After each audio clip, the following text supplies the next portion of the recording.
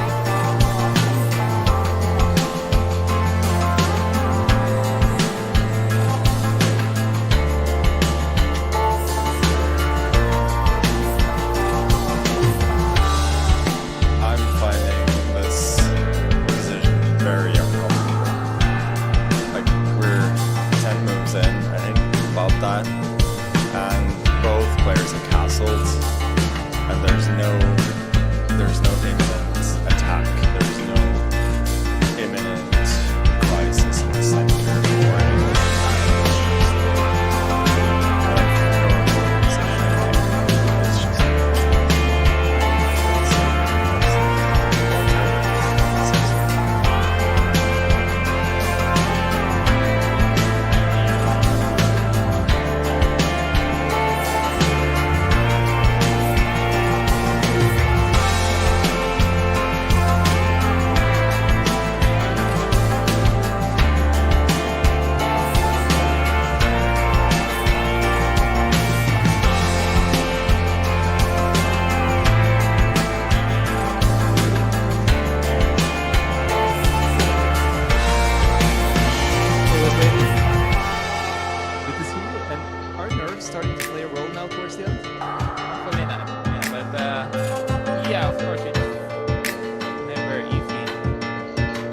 Well, but the thing is, you shouldn't think about the results so much, what will happen. Other than that, it's fine. If you start thinking about, oh, I want to win this, win the money, then you get the nerves. You have to start playing good games. I don't know if that's easier when Magnus Carlsen is the one on the other side today. Yeah, for sure. Yeah. Well, okay, he's won Norway chess 7 times. Got anything to do, but no. He has his first 4 minutes life here, I guess. But he can easily turn it around. So I'm really excited to play him today. I'm really excited to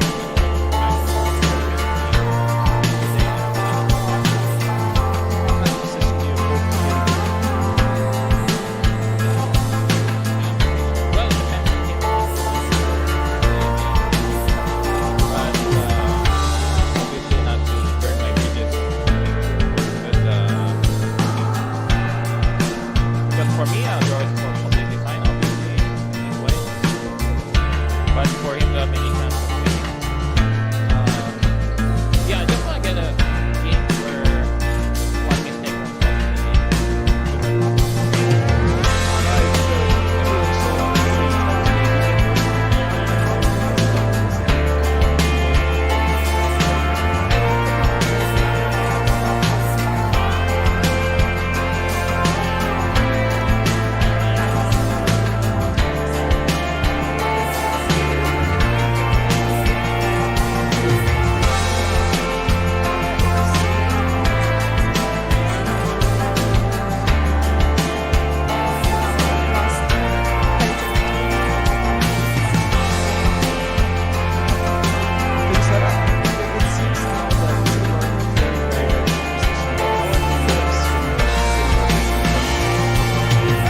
Yeah, the position is good. I just want to play the last 2 games good, and I hope everything will be good.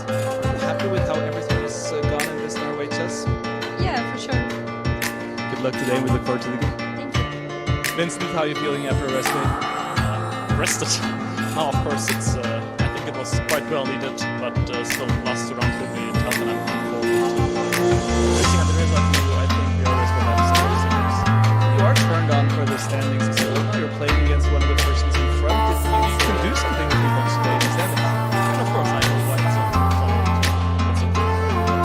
it's never easy. Of course, After a rough day in your last round, is it nice to have a rest day to regroup, or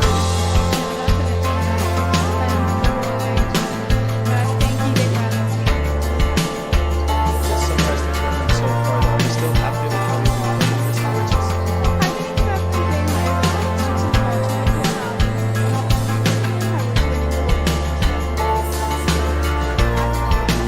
What have you planned today? I look forward to seeing that. Thank you. Magnus, how is your mood today? Do you manage to recharge your battery? Yeah, well, I'm kind of a little bit tired after the tournament. But it's been long, and also I've had a lot of long, exhausting games. They haven't been gone over that well, but at least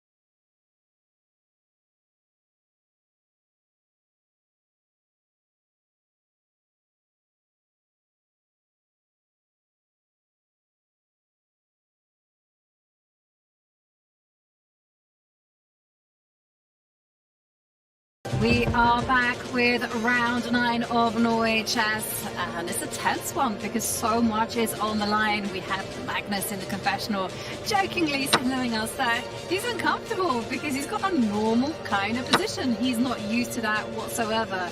He's not under attack just yet, but actually he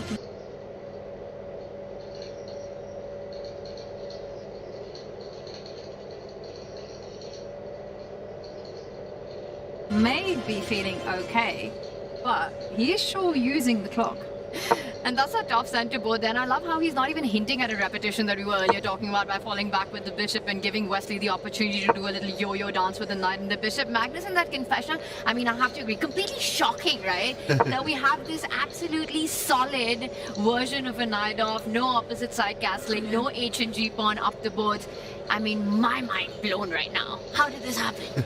Who would have thought it? Wesley so playing solid. Magnus has definitely never seen that before, and if he hasn't, then he should have been watching our broadcast because we've been saying it since day one. But no, Magnus, I mean, the biggest surprise for me isn't the confessional and the sarcasm and the way he's feeling. The biggest surprise is that he didn't retreat his bishop, ask Wesley the question, and if Wesley repeats once, then, okay, maybe play a different move. Firstly, because then it shows Wesley, okay, I'm playing for the win, you're trying to repeat, I'm the alpha, all of that stuff. Secondly, Magnus' time trouble has been a huge issue for him. Repeating the position once, with the bishop dropping back to d7, knight f3, etc. That we're getting closer to move 40 where they do get that 10-second increment, so I don't see any reason not to have retreated his bishop. He's allowed knight takes on e6 now, slightly damaging his pawn structure. Yes, he covers the d5 outpost, but yeah, I think in the practical terms, a slight surprise from Magnus. Slight surprise for Magnus. Let's see, Wesley, is he laughing? He heard us. But, you know, this surprise by Magnus and that Wesley smile, it makes me feel and believe that Wesley's going to go for it. He's going to try to make the most of this move that almost feels like Magnus right now literally doesn't care. He just wants to fight. No intention of even hinting at a repetition. Wesley has a clear, direct idea. Get that bishop out into the diagonal, hit the pawn that has just moved there. Get the queen out next, place it on h3. I'm eyeing a clear path, queen f3, queen h3. If I'm not walking into any big direct knight jumps, got to be maybe slightly careful there. But e6 is suddenly a glaring weakness in Magnus's camp. Knight c6 surprising to me as well. Yeah, most positions you're basically told you shouldn't do this, even if it improves black's control of the center. If a bishop can hit this pawn, and if you can't advance quickly with d5, then other Sicilians, you're told not to do this. So Magnus is kind of going against some general rules. I guess he has to play queen to d7. Defending with a knight is also possible, but looks a bit sad. It's fascinating. I guess he's going to try and go for a very quick d5, but if Wesley can stop him, then it's advantage white. Oh, advantage white for Wesley if Magnus does not strike out right now with this whole concept of going d5. Let's leave this one and go back to our bird's eye view because there is action brewing on some of the other boards. Let's just do a summary of what is going down, and we're going to begin with Vincent Keimer against Ali Reza. And a fascinating one, that is our green board on the top left. We can see center, there is tension there. Another doubled e-pawns in that one by Firouzja, but looks definitely a better decision than what Magnus has with the d3 pawn for Keimer as well. Weak, I think this is going to be a double-edged game, especially with f4 already on the board. If you go to our top right, Gukesh versus Praggnanandhaa, we are in for a fantastic fight battle there. It's going to be also about who remembers these opening lines. I'm expecting a ton of sacrifices. But right now, speaking of sacrifices, David Howell, my eyes are at Norway chess women. That bottom row, it's blown up, especially bottom left. Make that right. Yeah, bottom right, the position between Humpy and Zhu Wenjun. We'll jump in there. Bibisara against Anna Mozychuk, I think we'll go to next, just because that is huge for the standings, first place against second place. But we see a bishop sacrifice. We can't resist a bishop sacrifice. And nor could Humpy, apparently, with this last check. Just before we jump in, because right now she is down a bishop just for a couple of pawns, we'll do a very quick action replay. We saw, I mean, the Nimzo Indians, they've been the flavor of the round so far, because, yeah, we saw a3 played by Gukesh against Pragg. Here it was e3, a quieter system with a much more solid reputation, but only now a3. only now that she guarantees after this exchange that she will be able to part with her doubled pawns. This is the big difference. Gukesh was stuck with them, but here there will be an exchange, so she won't find herself with long-term weaknesses Humpy. But she has lost a tempo, however, the white bishop coming out to d3 and later having to come out to c4. So black ahead in development, and we see some threats now on the c-file, something similar to what we showed in the Prague game. Queen to d3 looked like a newish or rare move from Humpy.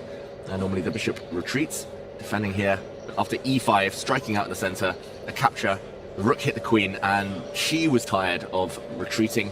I'm pretty sure this is preparation, just judging by the clock time as well. Humpy normally spends a lot more time before committal decisions like this, but yeah, her queen is hit, but she is hitting the knight, so she throws her bishop away. Bishop takes f7, check, brilliant move. The queen cannot capture the bishop because it has to defend the rook on d8, so the king takes it instead. We see a check, and if the king moves, the knight drops. If the bishop had blocked, the white queen steps across, I guess, to pin the knight, win it next move. Knight d5 played, and Humpy definitely in prep, e4. Play that immediately, about to win that knight, and I think Vengeance chose the option to jump in to the center of the board with her knight, because now she's got the opportunity to grab that 2-pawn deficit that was there on the board. Take a look at this. Currently, right now, it's 7 versus 5. Black can pick up that e5 pawn. You give up that knight at the center of the board. Maybe throw in a bishop to f4 as well, just to finish development. Let's say the black queen falls back to stay connected to the knight. I'm expecting the game to develop like this. Take that knight, take that pawn, go into that endgame. And now the big question, if this was to happen, is how much of an advantage is this for white, considering the complete lack of development on that black side, on the left flank right now? Rook, knight, bishop haven't made a single move, but I will say this is closer to a draw than any edge that I can imagine Humpy trying to play for, with the opposite color complex as well of the bishops. It certainly looks that way, you know, as well, because black is very quick to develop the queen side, and white is gonna take a few moves to untangle castles, and then the rook coming to d1. I suspect the same, but it was just a brief show of fireworks, but we're seeing the highlight. Felt flashy, but in the end, once the dust does settle down, not going to be much of a flash left in this position. Yeah, the top players, they like to joke about modern chess. Everything is modern chess nowadays, but often this is the way, theoretically. It's like you prepare a nice idea, you try and scare the opponent, but if they react correctly with black, then they tend to equalize. And I think just jumping in with the knight into the center was probably the accurate move that Zhu Wenjun had to find. And now, yeah, queen takes pawn, it looks quite linear, like everything's so direct. White's moves are pretty much forced. Soon she'll have to take back the knight, and most likely queens will come off. I'll be interested to see if Humpy can surprise us further, or surprise Zhu Wenjun further, but if not, this should be heading towards equality. And as this heads towards equality, I just want to bring your attention to our marquee matchup, Jovanka, because in that one, definitely I believe that looking at the clock situation at least, a player has been surprised, and it's our tournament leader. Okay, let's head there to Bibisara against Anna, and if we can do just a quick replay of what went down, we see that black has broken out with c5, but the white rook is suddenly sniffing around on a7, so a3 probably was the move played. Yeah, a3 came in shortly. First it was knight to d2. Tanya, you mentioned this one. There's a nice outpost, can't be challenged by pawns on c4. Bishop to a6, ridding the knight of that square, gaining time against the white rook. But the bishop did just move to b7 recently, so a bit of a loss of time. This must have been preparation from Anna Muzichuk. And now a3, as you say, Jovanka, trying to open up the a-file, looking at the loose bishop. The bishop moves. I guess a4 is a gain of time, but the black bishop happily steps back, and white's got a4 for free, but doesn't really help much. Instead, she prioritized the development of her rook, Bibisara, hitting the a7 pawn, and after a capture, rook takes a7, c5. Black is a pawn down. We've seen a few pawn sacks already this round, and yeah, one from Gukesh as well. This one, my first impression, doesn't make a kind of, well, it's a bit surprising, but I guess the bishops do kind of stifle the white army for now. And we've been talking about how if Bibisara takes this to Armageddon with a draw, this becomes a race for second place, Norway chess women. It's title in the bag. If you're Bibisara, are you thinking about forcing the matters here? Rook b7, hit that bishop. If bishop goes back to a6, if you trade, I'm super happy. If the bishop goes back to a6, let's bring that rook back. And bishop doing yo-yo, and I say that, but I do spot a queen to b6 to just avoid all those repetitions. I don't know why the bar says this is level, David Howell. Help me out here. Rook is trapped, so it has to be a sacrifice. I don't think it... Well, not that sacrifice. A mouse slip. I was going to say, I don't think it's for the bishop. It's probably for the knight, and the black king has to step out. And now...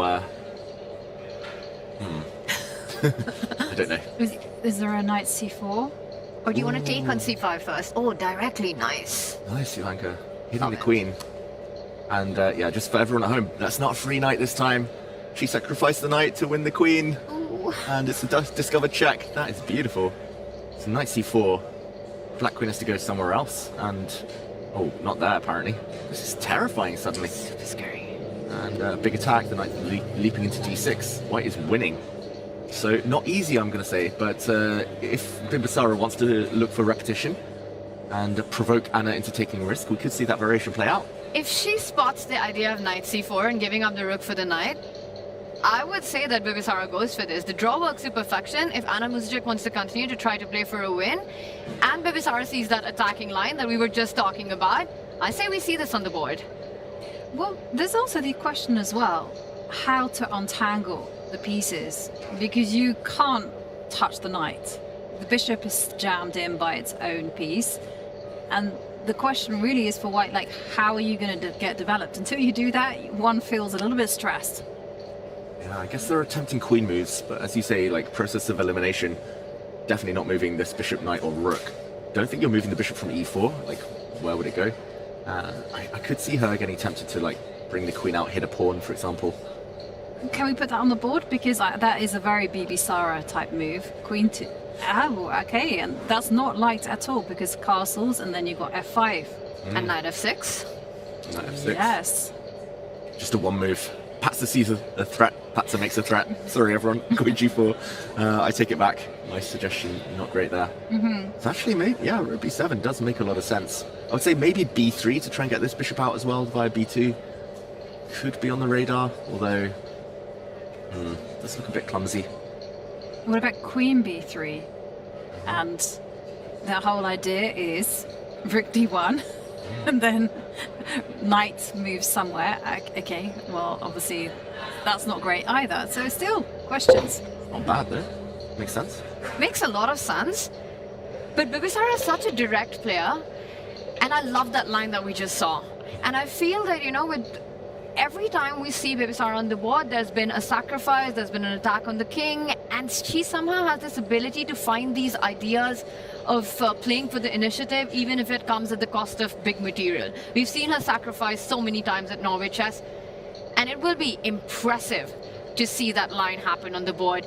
I think Bimbisara, rook b7, it has to be on her radar. Whether she spots a rook takes knight later on in that line and the knight c4 jump is the big question. But you're always looking for direct lines, especially with the championship on the line. Would love to see rook b7 happen and the ball being passed to Anna. Well, Bimbisara thinking for a while. Let's head to Vincent against Alireza, because it's also a massive game for the standings. If Alireza wins, that will net him 3 points and could potentially put him in the lead.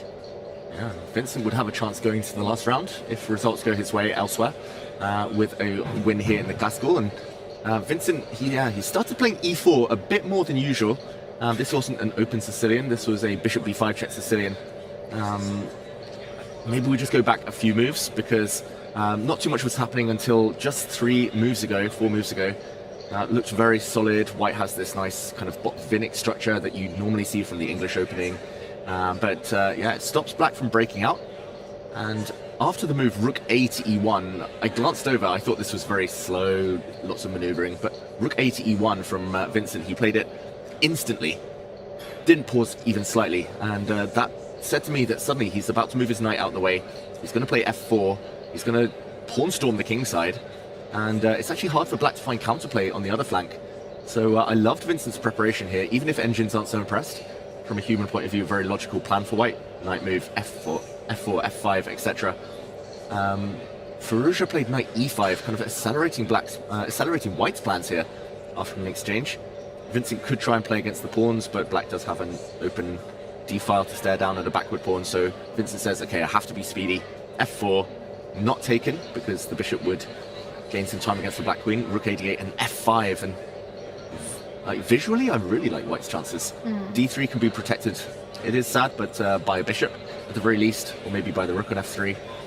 If Alireza isn't fast here, then he's just going to get steamrolled by pawns. And I saw that featured chat there by Carlsen Chess 24 where he mentioned that the bishop on a4 uncommon, and it kind of sits with the idea that you're planning out here, right, David? You want to reroute it via c2, keep that d3 pawn defended. I think everything that Alireza has played so far has been directed towards that d pawn, taking this doubled central line e pawns, saying that my rook is already ready to get down on it. Queen d6 ideas coming in next. And this is very different from the double structure that we're seeing on another board. We will go to that shortly. But here, if you do trade on e6, you also get an open f line. I think this is a very double-edged game. And David, maybe we can just show this idea that I'm talking about. If you go queen to d6, for example, you want to step back, or do you want to take on e6 first? Ooh, I don't... Step back. Yeah, I Step don't back. like breaking the tension. I don't think black's ever so keen to take on f5. I mean, maybe it's possible because now white's knight gets access to a nice outpost. And I'm just wondering with black, can Alireza start rerouting his own bishop after taking on f5 and just say, make a case of maybe going bishop to c8, hit that rook, and again, trying to get b5 break in and make a case for this d3 pawn being a direct target in this position. And at some point, I want to reroute my knight via e8, c7, e6 towards the center of the board. Yeah, this is very strategically rich.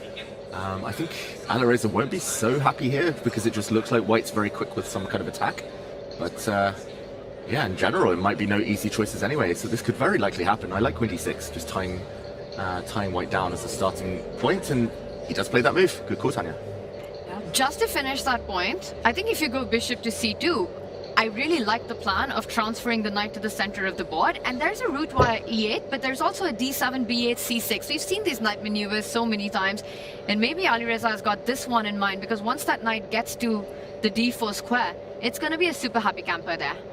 It's going to be extremely happy there. I completely agree with you there, Tanya. And you can leave that tension on the board between the pawns, because after f takes e6, there's a question actually which way black should recapture. You could capture with the pawn, for instance, and say, hang on a second. Definitely the pawn. Yeah, I'm also angling at the pawn as well, because you just want to keep that really important d5 square under control. And here, it feels like white's attacks has been stopped. But then this begs the question. Vincent is going to probably go gung-ho on the king side and then back it up with g4, g5. And how scary is this? I'd be slightly scared. Like, I'm terrified. Black's knight takes 4 moves to get round to d4. Like, by that time, white's queen will have moved out the way. White's bishop can just sit. It's a bit sad, but sit somewhere. d1, b1.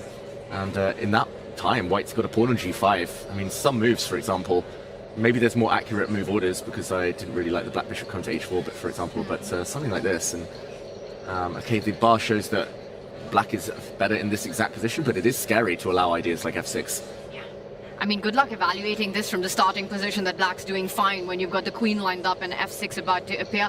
But Vincent, like you said, sorry, Alireza even, like you said, has ideas of bishop h4, or even maybe slowing down that pawn avalanche with a small h6 at some point. Yeah. It's going to be a race, it feels like, strategic versus dynamism. I get the feeling that Alireza wants to have fun in the classical. He doesn't want this to go down to an Armageddon, even if Armageddon has been Vincent Keimer's biggest weakness in Norway. Yeah, I think at this point, like, nobody minds Armageddon against Vincent, poor guy. He's actually lost to every single player in Armageddon at this point. He's been struggling, but Alireza probably, it is Wesley in his sights. He's kind of fixed his mind on getting first place. That would be a huge tournament result, his biggest win in ages in terms of tournaments for Alireza, if he can somehow get the magic working in the last 2 rounds. Yeah, let's not forget that for most of the event, it was Alireza who's been dictating the pace. He was the leader until the halfway mark, going into round 5. And then he had these 2 back-to-back losses against Magnus and then against Prague. And what does he do? He comes out with a boss response, taking down Gukesh right after that. He knows he's pretty much still in the chase, 1 point behind Wesley. The big question is what comes next for Alireza. I have a feeling he's played too much good chess here to just disappear with an injured ankle. It might come down to the decisive matchup tomorrow between these two. I mean, that's going to be a big storyline if Alireza is able to get the win here. Absolutely, and take a look. There's been some improvement in the chest. There's also been improvement in Alireza's ankle as well, as the foot is down. And what comes next is especially pertinent in this particular position, where the players are not just considering the immediate moves, but also looking beyond that horizon to see what their best long-term plan is. Super fascinating game here. Let's go back to the bird's eye view, because I'd like to again see how things are developing in the other games. And we'll check out the other games. Just to mention, although his foot might have got better, Alireza has lost his coach. Ivan Chaparinov has gone to play a tournament. So change up in dynamics there.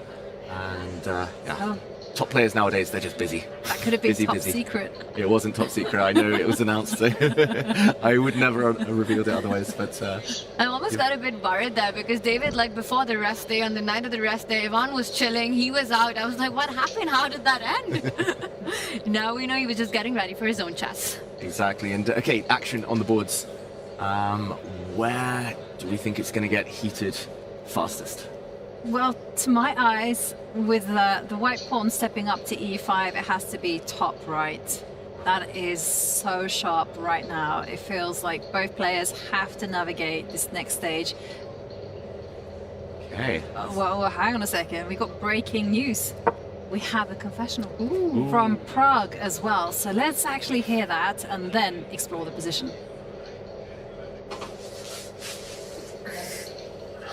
Okay, another day and another opening which my second told me will come, and I didn't check it properly. I did open this file yesterday and then I quickly went through, but I don't remember anything right now. I feel like this is the game between Nordelbeck and Wei from one of the Vikanzis, but I can't fully recollect, and there are like a lot of different interesting options, and I hope he's out of book. He's thinking so. If he's out of book, then that's a good thing. Position is complicated, so we'll see. Well, Prague actually being very relatable, saying his coach told him, hey, check out this line, it's super sharp, and Prague goes, yes, I checked it, and of course, whoosh, you can't remember it. How many times has that happened to you, Tanya, David? I mean, way too many to count, but I was also just thinking about Ivanka. While that is every chess player's struggle, it always blows my mind the kind of memory that these guys show at top level chess. Pragrananda completely on point with his recollection that Wei played this in Tata Steel. It happened in 2025. I've got the game in front of me right now. Knight G8 was the move of choice by Wei. An absolutely wild game against Norderbeck, played that one was, and in the end ended in a draw, but was anything but peaceful in its narrative. We saw black strike in the center with d5s, and en passants and en croissants did happen in that game as well. This was wild, but Ivanka, while Prague doesn't remember or has forgotten to check certain things, I have to say, memory ace game there. How do you guys do this, David Howell? How are you able to remember games of other players played like years ago? How does this happen? How does it work? I spend every waking hour watching chess, so Hang on a second. It was Tata Steel 2025, so chances are one of us three might have commented. One of us definitely was. I'm not sure who. I think it might have been me. It's amazing, right, David? This super big brain that the players have when they recollect other players' games and say, oh, this happened in this tournament. Exactly, it's very impressive. The key question will be like how much he remembers, because in that game, Wei made a big mistake just 2 moves down the line. And after knight f2, d5, en passant, he played the move knight f6, which is apparently not the best. So sometimes you need to remember enough, but you don't want to remember too much, because then you spend all your time trying to recreate rather than trying to understand. And to answer your earlier question, Ivanka, like it's never happened to me because nobody's ever sent me a file, ever. Pretty much in my career, never had a second, never had a coach, so I had to work it out myself. So I think for me it became easier because I was always analyzing myself to recall things, because there was always a reason linked to a move. It's like when these great, these mentalists, when they remember stuff, packs of cards, decks of cards, they associate a story to everything, and that's how I manage. But nowadays, what impresses me about the young guys is they literally just click a button. They're passively learning, but they still goes in. Should I tell you my most embarrassing lapse? Story time with Yobi. Wow. Well, it was during commentary in Gibraltar, and I'm looking at this position that Jan Krzysztof Duda is playing, and it is looking very familiar. I'm like, and Simon next to me is saying, oh, this is like super dangerous for black, and I'm like thinking, yeah, it's super dangerous for black, scary, I wouldn't want to play this as black. And then, but this position just kept bugging me, and Jan Krzysztof Duda shows that the position isn't as dangerous, and we kind of move on from that game. And then it's still haunting me, like I have seen this position before, I have been here, I understand it. As I got back, checked my files, it's literally what I recommended in my Caracan book. It's literally the novelty that I spent like 1 week analyzing and working out that it was fine, and I just did not remember it there and then. And I could have just flexed to everyone and said yes, but my brain just completely went, no, you've never seen this before, it's very scary to play like this as black, who would do that? And I was like, oh my god, that's so embarrassing. So there you go. It's not story time, but it's like nightmare with Yovi here. Fully relatable, by the way, that one. It reminds me of one of the Olympiads we were playing in, and having the preparation happen right before the game, having team coaches with us, and you see it. And then my coach told me, and I think we had a really big round. This was in 22 Olympiad in Chennai. We had a really big match that day, and I was like, okay, we've seen enough chess now, I'm gonna go get ready, I have to have lunch. And he said, okay, fine, but I'm sending you 2 lines, make sure you check both of them before you go for the game. And I wasn't really expecting any of that to happen. I said, we've already put in 2 hours of prep, obviously something from this will happen, never that. And I said, of course I will go check it, I just hope you're not watching this one, Abhijit. And then I go back and then I go back to my room. I go through one of them in my defense, and of course you know which one plays out at the end. It's the one line that I don't check, and the one that I think will never happen. And I'm cursing myself over the board. Luckily was able to figure my way out and survive that game, but I think I spent about 15 minutes just being really mad at myself for missing that. Because then you have all these questions on the board that you need to work out yourself, and that's never a good feeling with the clock ticking down. It's like Murphy's Law, where like everything that can go wrong will go wrong, but it's Kaiser's Law, the goddess of chess. It's like, if you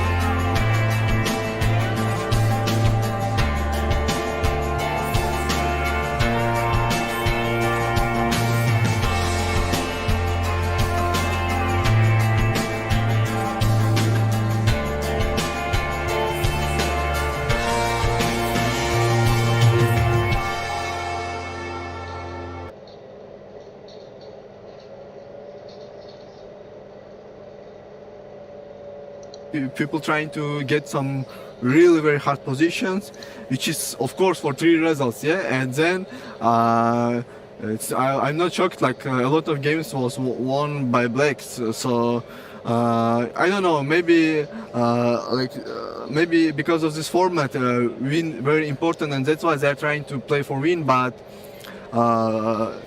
in my opinion, sometimes, like I mean, because of this, black gets a big also advantage, and they won a lot of games. But okay, still, I mean, there is a lot of interesting games, and I mean, also a lot of interesting lines. Like in general, I'm really enjoying his Magnus games. You know why? Because I told in other interview, because he really trying to get in every game fight. I mean, he's showing for everyone like classical chess is not dead when you can try to play for win. So, I mean, normally people like playing very solid and they don't try to play for win with black. But Magnus is like, I mean, he's different. Eh? He was a completely different guy, and he's trying to play win with any color, any position, and probably that's why he lost a lot of games. But you know, it's, I mean, it's. I mean, young generation should need to learn from his chess, because, I mean, I don't know no one who is playing like, I mean, last years who, I mean, in my opinion, Magnus was playing against everyone for fight, which is really impressive. So, I mean, I like it for his games, and like, I mean, from other ones, I'm happy that Alvarez is playing very well after Grand Chess Tour. Yeah, I mean.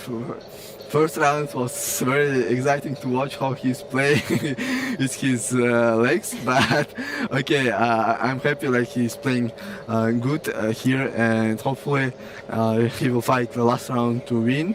And about other games, yeah, I mean, today Prague was like have a really good advantage, yeah? So if he won, he will also have a good chances for win.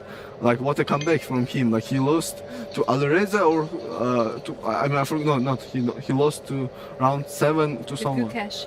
Huh? He lost to Gukesh, and he lost to No, like Wesley. yeah, he lost to Wesley. Yeah, after lost to Wesley, he come back with 2 wins. Yeah. Yeah. If he won today, it will be three wins in a row. Oh my God, it will be insane. Yeah. Yeah, it's been a lot of insane results in this tournament. Like you said, very entertaining, and I know that we'll also have Vivisara join us very soon. So, Shabakir, I've got one last question to you before we let you go. There's obviously the big World Championship match coming up as well, and you have had all eyes on Vivisara's games while you've been here. But have you also been following Gukesh's progress in the tournament?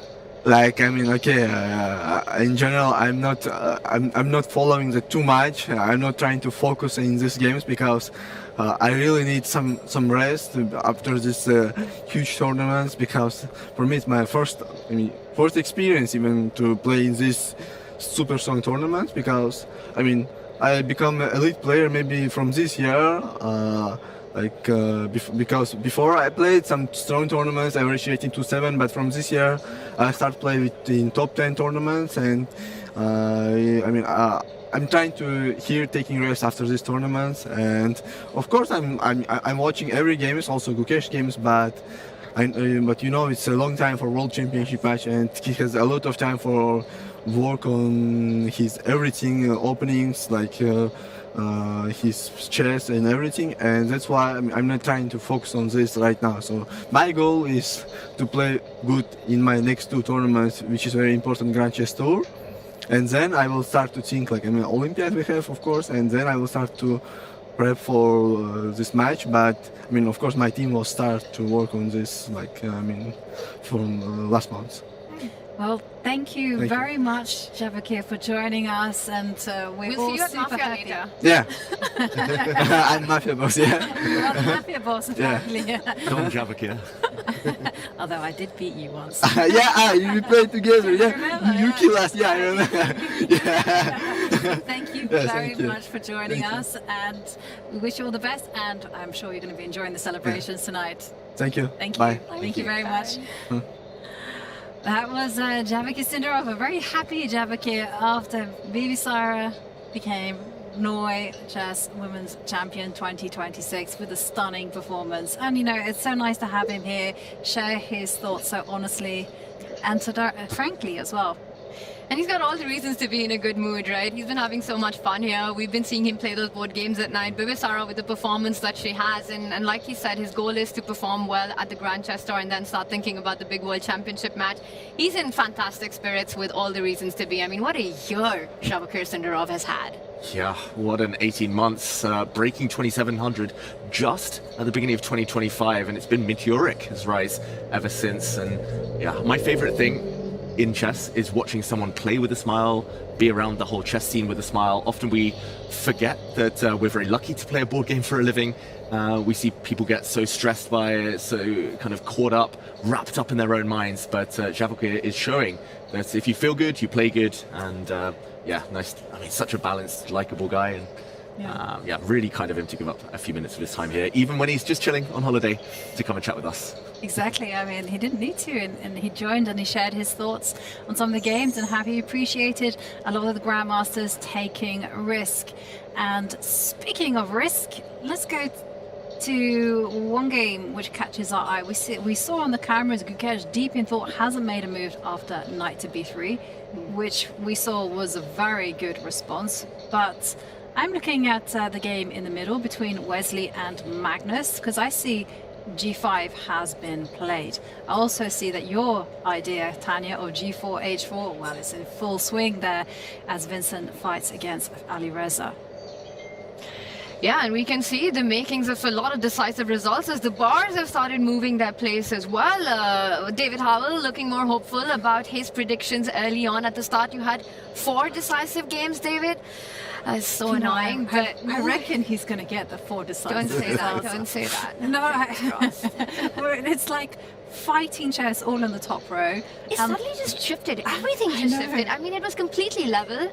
I was about to gloat about my prediction, and now it's all up and down, starting from this one. Magnus has blasted off g5 on the board, hitting the bishop, but I still feel that Wesley's bishop pair, the pressure on those 2 central pawns, David, if anyone can play for something in this endgame, even if it's Magnus Carlsen on the other side of the board, I would say advantage Wesley. Exactly. I think if we take away the Magnus bias, assuming that he's going to outplay everyone just because the queens are off, then if we look at it just in the cold light of day, purely objectively, White has the bishop pair, White has space, Wesley doesn't have too many weaknesses, he shouldn't be in too much trouble. But Wesley has been spending a bit of time, and he still has some big decisions to make ahead. Maybe there we see the clock, 48 minutes against 1 hour, but maybe we can just jump in and show what happened, because the queens have been traded since we were last here. Wesley now dropping back his bishop, and yeah, it was Wesley playing super safe. Just a very quick action replay. We left it after king to h8, h3, very logical move. He's going to keep his bishop nice and safe. Black knight jumped in, we said don't take it. Black gets all the dark squares, and after queen to d4, attacking this knight, which retreated, Wesley doing Wesley things. Queen c4, forcing a queen trade because e6 is also hit. And after those queens disappeared, we do head to that endgame. Looking, I'm going to say, roughly in the balance. White, though, with the bishop pair. And Magnus gets his king closer, defends his knight. Yeah, what comes next? Who knows?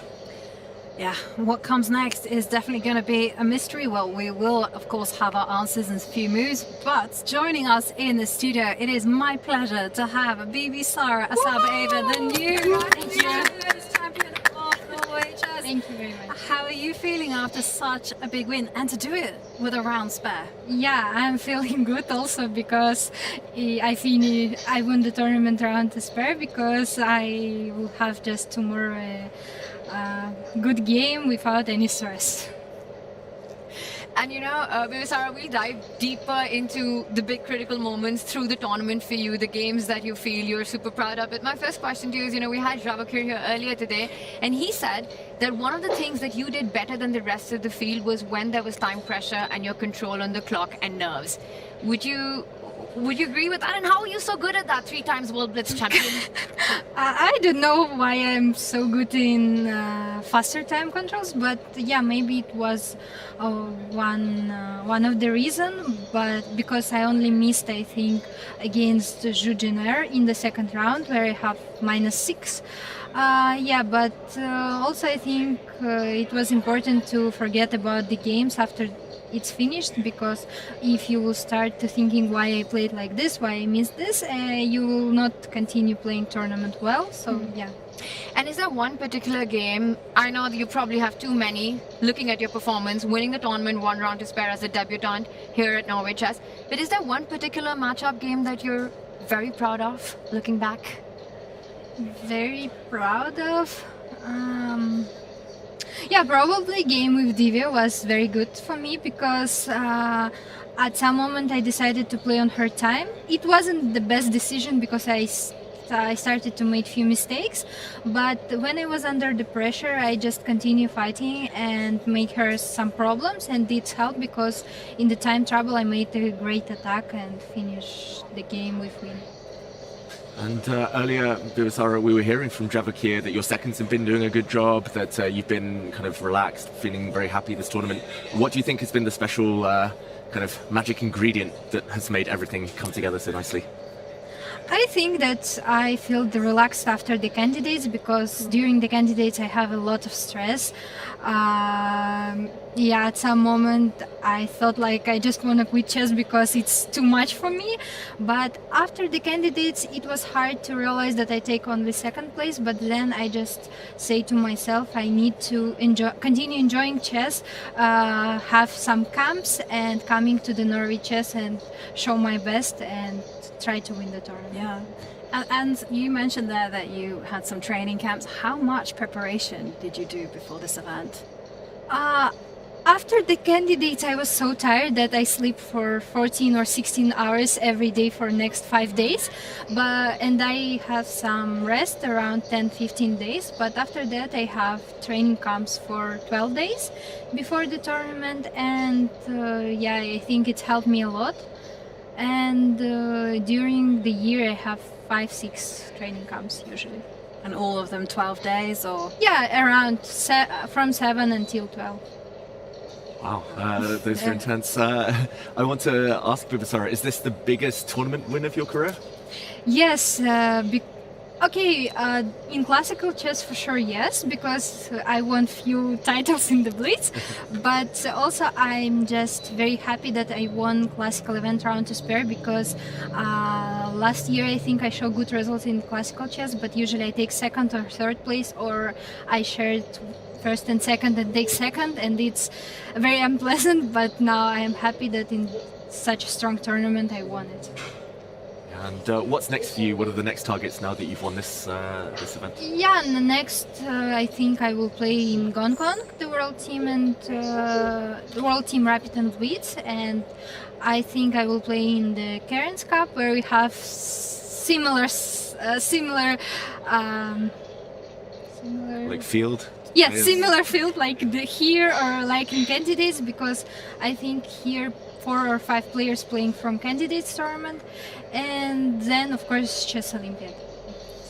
Yeah, we look forward to seeing you in action and all of that. You know, Bibisara, it's not just the incredible way in which you won, but I think the entertaining chess that you show, the fans love it, we as commentators really enjoy it, and I personally, another thing that I really enjoy is your social media. Yeah, thank you very much. Usually I'm just, before this year I stopped using social medias during the tournament, but this year during Vacanze, freestyle, even candidates, and here I posted every day, and I just I think people enjoying this, and I think we need to show people more our not chess life but also life to have more audience, and I think it's helped. Yeah, love it. Thank you. Keep going. Thank you. I also love it when you post your gymnastic videos. Yeah, thank you. It's nice to see a chess player who's sporty. And just one final question before we let you go. Norway Chess has the feature of the confessional booth. We haven't seen you use it. Will you do one for us tomorrow? I will try, but there have a problem. I don't know where is it, because I was thinking about this but I didn't find it, and I was too shy to ask where is it.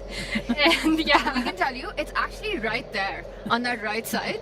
Okay, So you just walk around and you'll see it there. okay, maybe tomorrow I will try. Do give us a shout out. Yes. Yes, okay. Tanya's been asking everyone to mention us, but no one ever does. Okay. So thank you very much for joining us, Vivi Sara. Thank you. Once again, congratulations on your Thank you very amazing much. win and the best of luck tomorrow. Thank you. Thank you. Vivi Sara, there we have it. New Norway Chess Women Champion. And she promised. Well, I'm going to hold her to give us a shout out tomorrow Finally, in the confessional. Finally, we'll have someone doing that for us tomorrow. Yes. Everyone, every time we ask them, there's a look of panic on their face. They're like, oh no, what have I done? What have I agreed to? They're all so polite, they don't want to say no. But no, I mean, it's fantastic. What a champion we've had. And it does feel, I felt that during the candidates as well. It feels like she's leveling up every day. She's getting better, she's improving, she's testing her limits.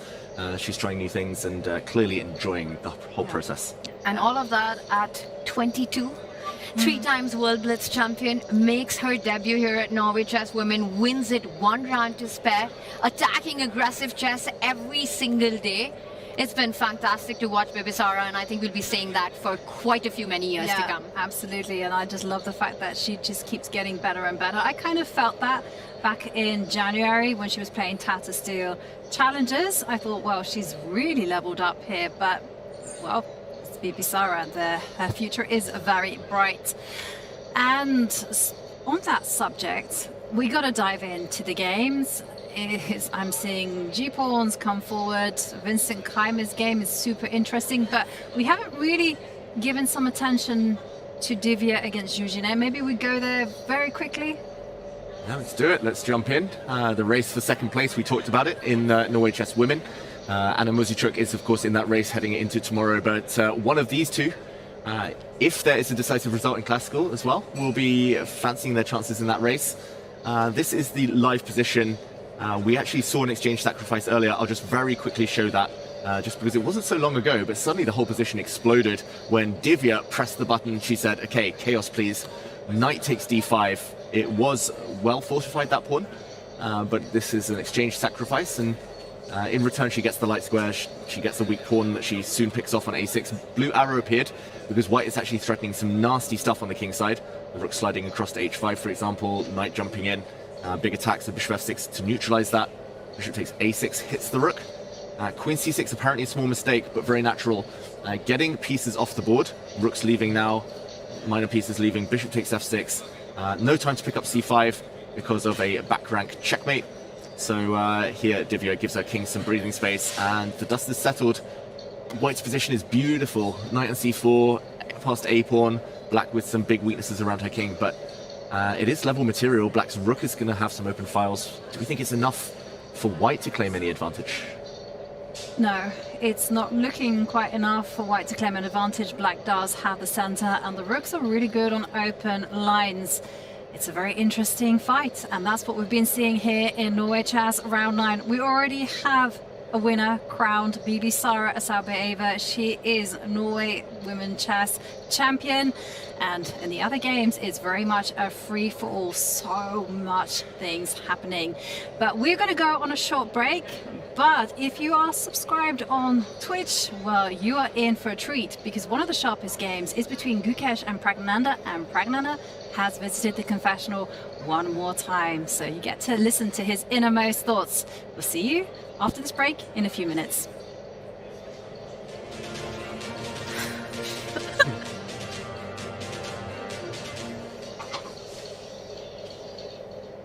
Yeah, okay, second time for today. Yeah, g4 was wild. I don't believe in this too much for white, but it's complicated, and some of these positions to evaluate is not at all clear. Yeah, some knight b3. I've just played knight b3. Some gf is there. I thought, like, worst case, I'm always fine, but I feel like I should probably be better in some cases as well. So yeah, I'm also happy that I have like a little bit of time advantage. So I think yeah, I think for now I'm feeling okay about this position.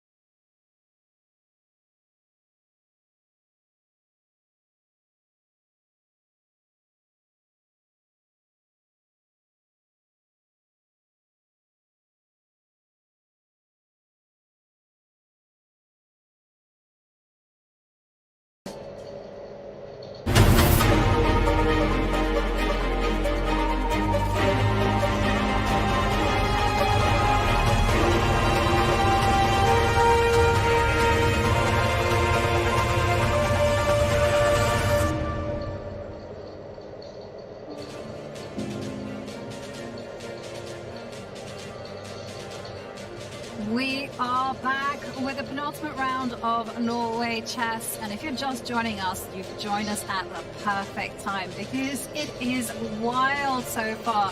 But we do have a winner. I almost feel like we need a drum roll for this. I'll do it for you. Thank you very much, because winning Norway Chess Women with a round to spare is Bibisara Asalbeva. Her draw in Classical and the Armageddon point that she gets got her to 16.5, and that means that no one can catch her up. 4.5 point lead going into that last round, an insurmountable one. 1 round to go. Bibisara Asubayeva is our Norway chess champion, and she has been dominating from the very start, right? Maximum number of classical wins. Had that one critical moment against Divya and handled that to perfection to keep the lead going into today. Finishes things off with Anna Muzichuk in clinical manner and champion. And what an interview that was. Yeah, it's just a whole lot of fun with both her and Javakir as well. If you haven't watched that, well, it's time to go rewind and catch what they are saying. But when it came to the standings in the Norway chess, that was just basically almost a free-for-all with Wesley so at the top by 1 point. And looking at the games at the top row, it feels like the people have come to the game with their muscles trying to flex as much as possible. We have a whole rook sacrifice between Gukesh and Pragnananda. Gukesh are really going for it. Whether that's going to work out, I don't know.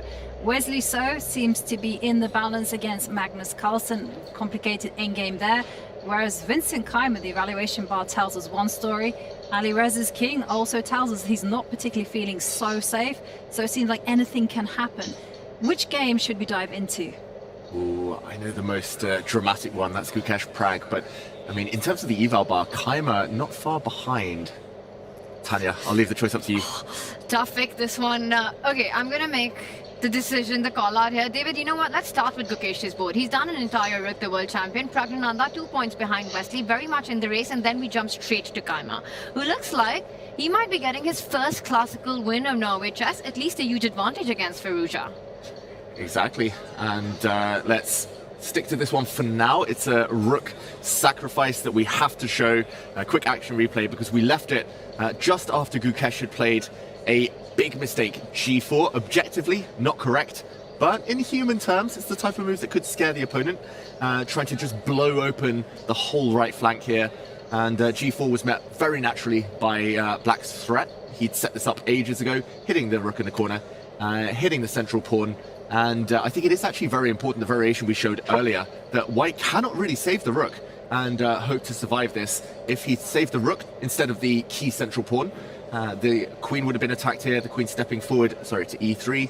Rook takes c4 would have been the devilish next blow, threatening some knight checks, knight forks on the White king and queen. And it is so important, I checked it in the break, that this variation doesn't work for Gukesh, because f4 would indeed trap the white queen. And this variation we showed with an en passant, the black knight coming out, the queen trapped in the center of the board, unable to stay on due to all the knight forks. Queen e5, knight takes pawn check, and likewise queen to f4, there would be another devastating knight check. This meant that Gukesh was all in. He had nothing else to do. He decided to give up his rook, first defending it with his bishop, and then instead of giving up the valuable tempo with bishop takes knight, he said, okay, I've said A, let's go for B. G takes f5, the knight saves itself, and rook to g1. He's lining up now, and Prag has just moved this very second, and it's a mistake. Ooh. The bar slides back up. It is an irrational position. It's going to be kind of prime for mistakes from both sides right now. This is fantastic stuff. I mean, the fact that Prag just replied with a move that's given a question mark speaks of how difficult this position is to handle from a human perspective. Let's just back up before we deep dive into what's just happened right now. Now, rook to g1 hits the g7 square, but also keep an eye on d6 if you're watching this. Knight e4, knight d6, the other big idea. I don't think Prag had a good way to keep that pawn guarded. If you get your queen to e7, knight e4, things... I feel there is still compensation to speak of. You're down an entire rook, as you're saying, for one pawn, but Black's army, the knight, bishop, rook, offside, not coming into the game anytime soon. The other knight and the rook not making a big case for themselves either. The king stuck in the center. Practical problems here. And this is long-term compensation for Gukesh. It's not a knockout blow right now, but I just feel knight d6, let's say king goes to d8 in this position. Maybe, David, you jump in immediately with that knight to d6, you hit that rook. The bishop, the knight on b3 about to be hit, the bishop coming in from c1 to g5 with eventual ideas of pinning that queen and the king. I mean, this sacrifice, the rook sacrifice by Gukesh, is either completely genius or completely crazy. I'm not sure which side of that conversation I'm on right now. Yeah, I mean, he's always been playing a delicate balancing act, Gukesh. That helped him get to the top because he was normally erring on the side of genius, but this is very high risk, high energy stuff. If we go back to the game, so after rook to g1, black, instead of defending the pawn, which he rightly decided against, decided to go knight h6, which might have been the wrong direction. Just to point out how difficult this position is, turning on Mr. Fish here, Mr. Stockfish, black's best moves are hard. E takes f5 I think is understandable because that slows white down from occupying the center with his knight. But the next best moves were queen out to h4.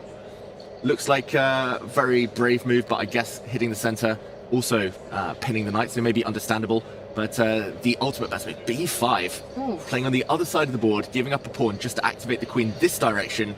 I don't think he's even looking that side of the board anymore, Prag. This would have been extremely difficult. This check would have given black a decisive advantage, but to understand why knight to h6 is a mistake, letting white back in and relinquishing most of the advantage, that is a difficult question in itself.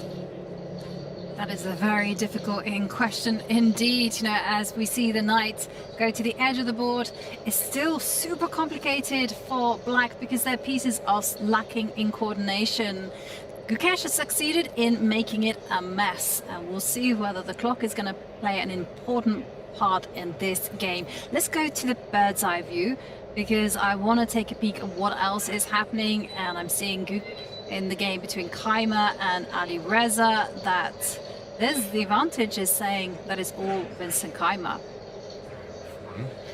All Vincent Kayma, and Magnus meanwhile getting his king active in the central border, facing the bishop pair. Wesley looks like he's got a grip and is safe enough, but yeah, Vincent with a big advantage. Yes, and when it comes to Magnus and Wesley, it's not really clear who is going to go in for the squeeze. Is it white? Is it black? Well, earlier on, we talked that if Magnus loses, Gary Kasparov will be the highest rated player in the world. And we actually hear that Gary is watching this game with a lot of interest. Have a look.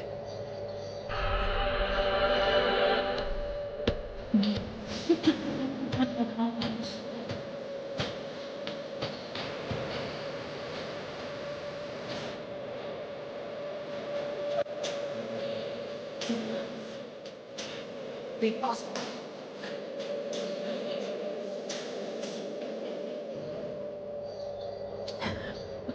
Yeah, you don't mess with the Don, do you? The big boss. Oh, gotta love it. Yeah, but that is incredible that if Magnus goes down on the live ratings, all Gary needs to do is play one classical game of chess, and he's back to being world number one. Gary can play me. How about that? I challenge Gary Kasparov if Magnus loses this game and tomorrow. I think unlikely, but if that happens, Gary, wow, will we see a comeback? That's the big question. Also unlikely. I'm not sure which one we are going to see, if either of them. But in the meantime, this is the position Magnus finds himself in, and it must be at the back of his mind, right? The ratings. It's got to be. I mean, you know, when you've been a player, the highest rated player the game has ever known at 2882, and then you see you're coming down to that 2820 mark, losing about 20 rating points this tournament. Yes, you're still a little ahead of the world number 2.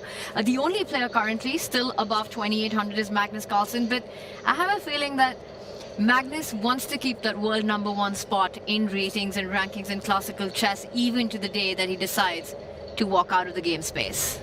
Exactly. If Magnus did drop, I think he would push ever harder just to reclaim number 1 before ever even thinking of walking away. But yeah, it would be a strange world to see Magnus drop below 2800. Many of our viewers, I don't think, were even alive last time Magnus was below 2800. So yeah, we'll see. We'll see. Wesley, in the meantime, what do we make of what he's done?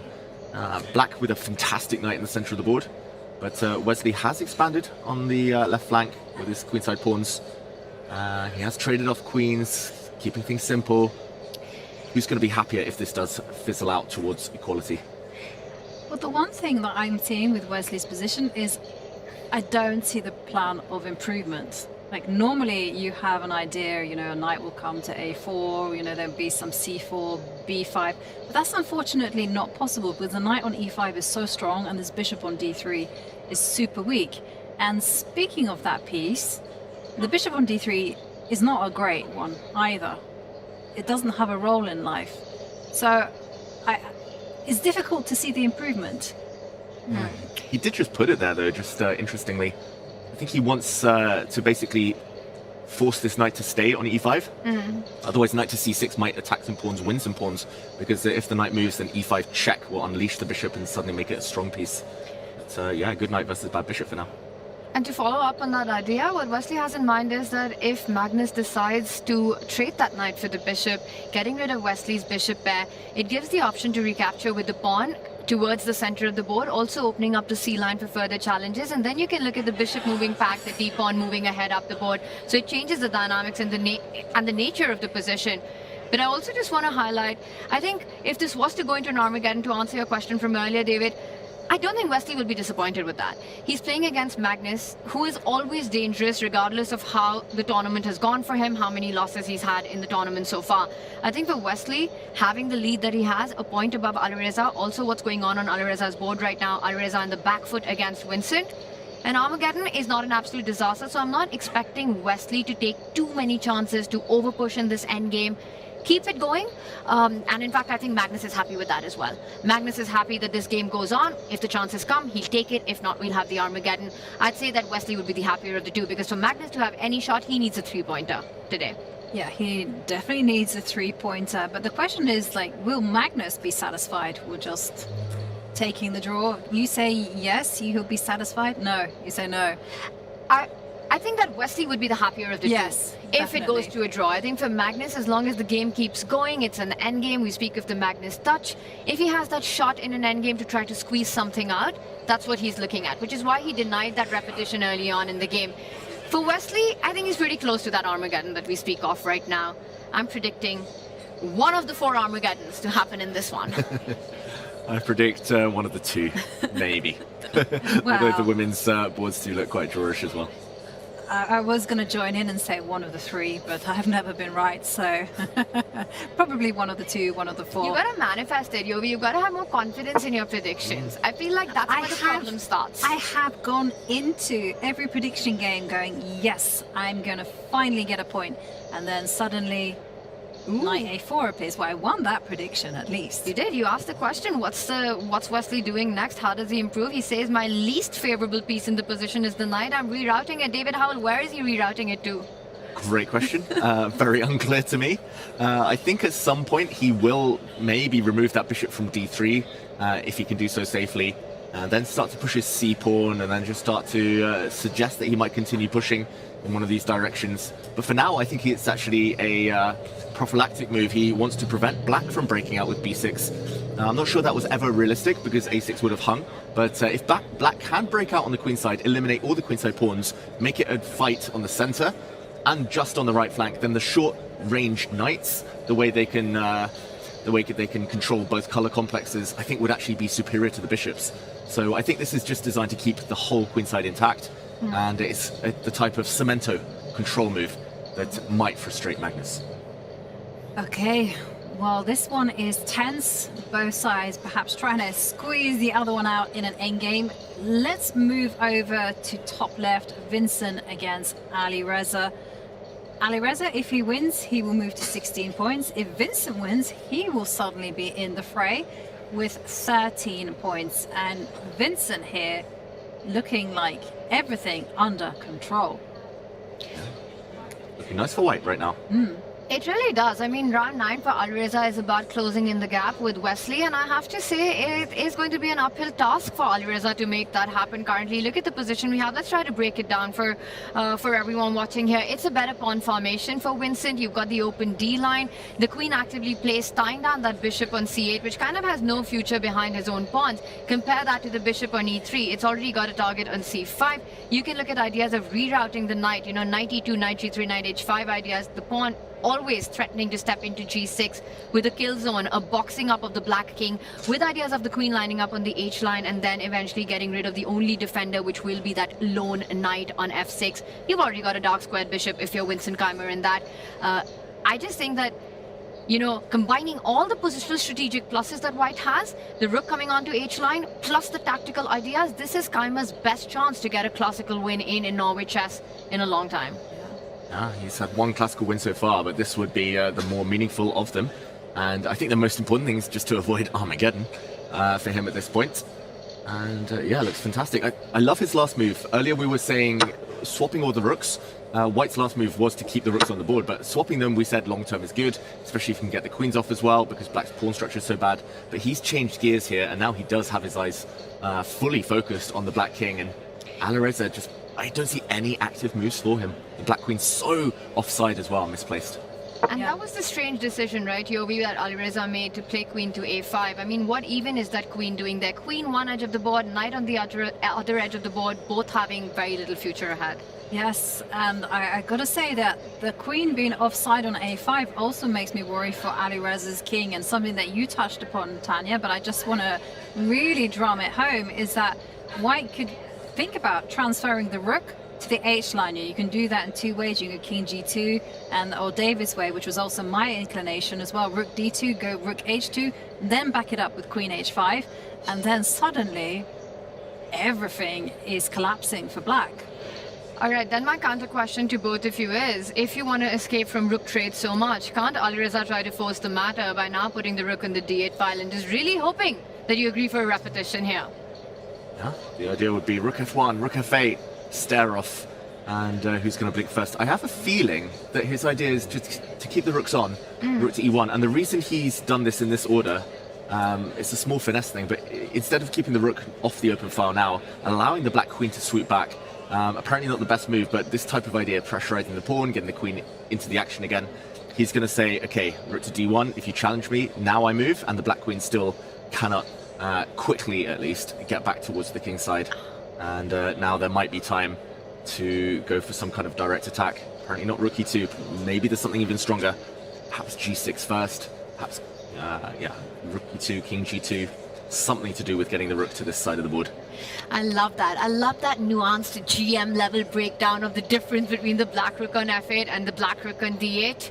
That's why you get paid the big bucks, David Howell. Oof, I wish. Not as big bucks as these players, alas. Unfortunately. Very nice. Nice touch there. But Alireza, how to escape? You know, he has to do some repair work. It's his move. Where to go with the pieces? I mean, can you, for instance, just take a deep breath and ignore the goings on and go queen to b6? I laugh because I'm just threatening queen takes b2 and that was it. And I was kind of hoping that the checks would scare White off, but I don't think they do. You know, I'm still eyeing the king side, and I really want to get either the rook there or the idea of g6, but I'm just wondering if you want to throw in a knight a4, just making sure there's no queen takes pawn in any of the lines. Maybe we try g6 first because it's super direct, but what threw me off from that was the knight jumping to f5, but it feels like it's still working. Queen h4 and can Black Queen h3 maybe? And if Black just takes in b2, are you just ignoring the whole house and going for that knight on f6? Queen h3 actually quite important because it defends this knight. I only realised too late, and the whole idea is queen takes bishop, Black still threatening nothing, and this just ends up in checkmate. It's actually an impossible threat to stop once this happens. Indefensible here, Black's position, so maybe if g6 is the threat. I saw the eval bar go crazy, by the way, in that variation with the rook dance, and same thing, g6, and I think it's just checkmate, either with the rook or with the bishop removing the defender. So maybe, like, process of elimination then. Does Black have to block it? Stop that direct hit on his knight?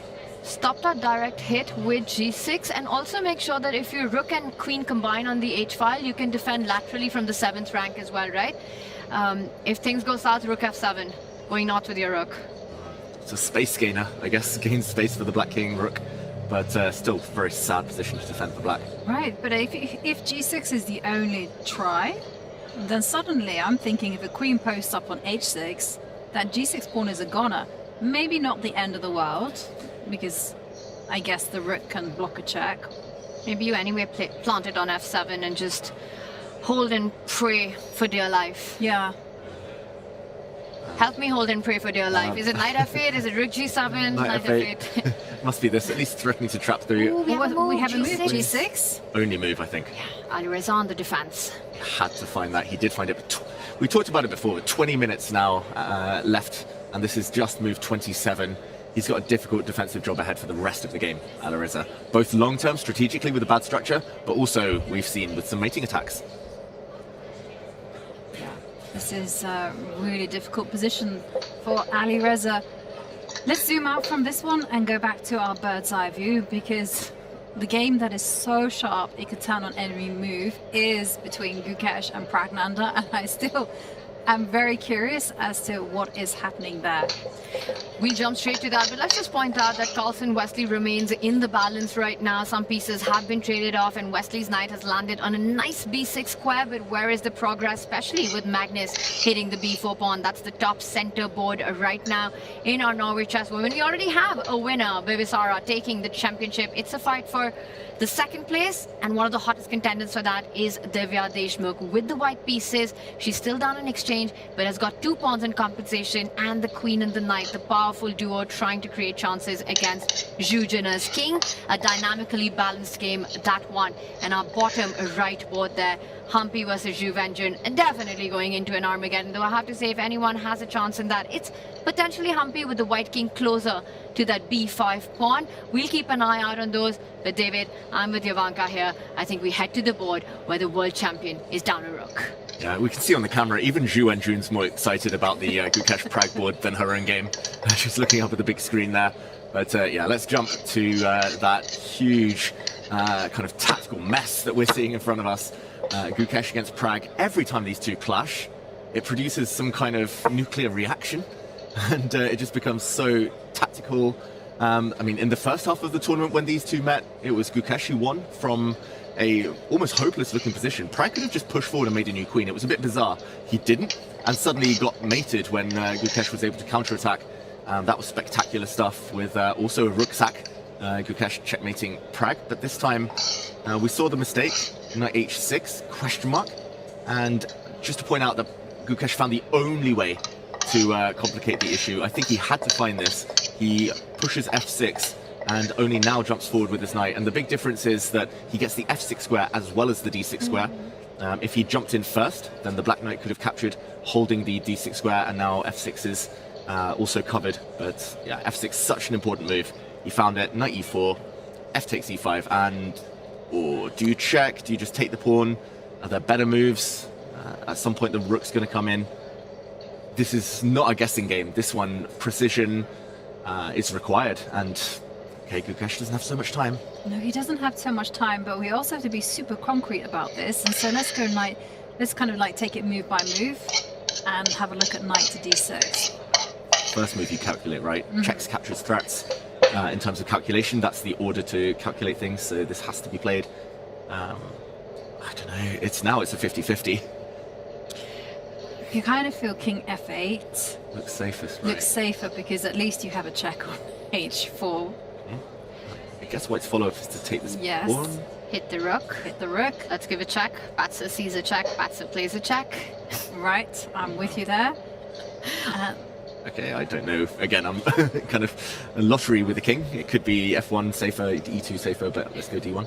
And I'm just thinking, because black has such a huge material advantage, we have to give up one of the two rooks, right? The rook on c8 is defended by the bishop. At least we'll be up at knight. Maybe we try to trade off more pieces here. If I'm black, I'm looking at rook g8, hoping that you get the rooks off the board. Sure, you win the rook on c8 at the end of it. I pick up the knight and make a case for my extra piece in that position and say, you sort of trade. Ooh! What did I miss? Yeah, I think there's d5 though at the end of it. d5. The dormant bishop wakes up. The one piece that wasn't playing a role in the attack. I thought that bishop was in a coma. Like, I hadn't seen it for ages. I wondered why it even went to b2, but now, wow. Okay, I take it back. I'll take it back with the knight. So we gotta take it with the knight. And now just hope that you capture the rook and see it. Bishop takes knight. And still looks pretty scary after checks are with d5 coming in. I was thinking if you attack the bishop, at least there's knight e7 if nothing else. Yeah, and the king should hide next to the knight. So d5, attack goes on, but shouldn't be enough apparently. It is quite tricky as well, because you have to cover the g7 square, but also if you try to do that with your queen, then queen to b8 comes up, and then it's not easy to defend it. You have to take a step back. There are pawns up for grab. I mean, the complications just keep on going. Exactly. Like, we could get a position like this, and the eval bar might say it's totally winning for black, but so easy to blunder. Like, we're making natural moves, and we're also not finding the correct solutions. Maybe it's this square. I just realized hitting d2, threatening a mate, as well as defending white's mate. But yeah, this is still very difficult. I think knight d6 has to be played though, surely. Yeah. Every move in each of these lines is such a high responsibility move. Even if the eval bar is on one side, you could be lost with just one single blunder. I also want to point out, because we were talking, and you know, the Mr. Fish was also critical of the decision of knight h6. But as we were working on these lines, I think I have an explanation for why Pragg chose the move knight to h6, David, and I think that also explains a lot of the lines that we're looking at.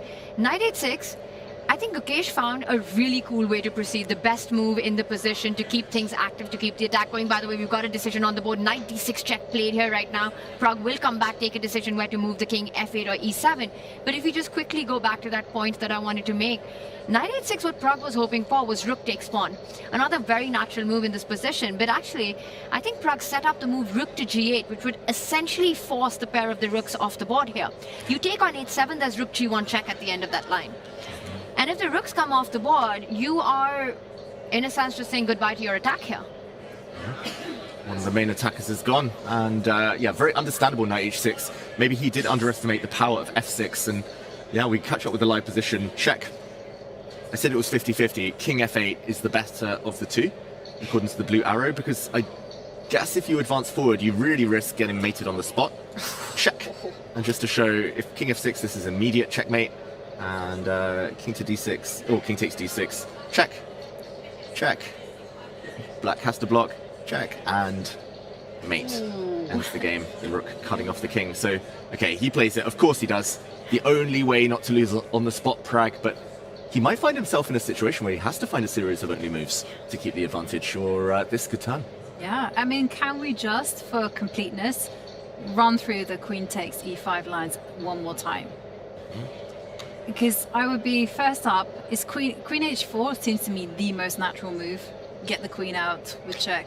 It also stops the f4 square, right? For example, I think rook g8, and you're suddenly walking into a lot of disasters in the position. Maybe there are other ways, but queen f4 check hits that knight. Queen f7 will be a weak spot once that knight is off the board as well. Queen h4 just makes a lot of sense. Yeah, so that's a no-brainer for us. So queen h4. Now, this is the next question. We have quite a few king moves. I somehow doubt it's e2, just because queen takes pawn might be a variation later. Yeah. Like, okay, it's defended now, but like maybe it's possible. Okay. I don't know, king e2, also I'm scared I'd walk into something on this diagonal later. But yeah, okay, I'm saying it in general terms, who knows? Yeah. Like king f1 maybe as well, but I think king d1's the most natural.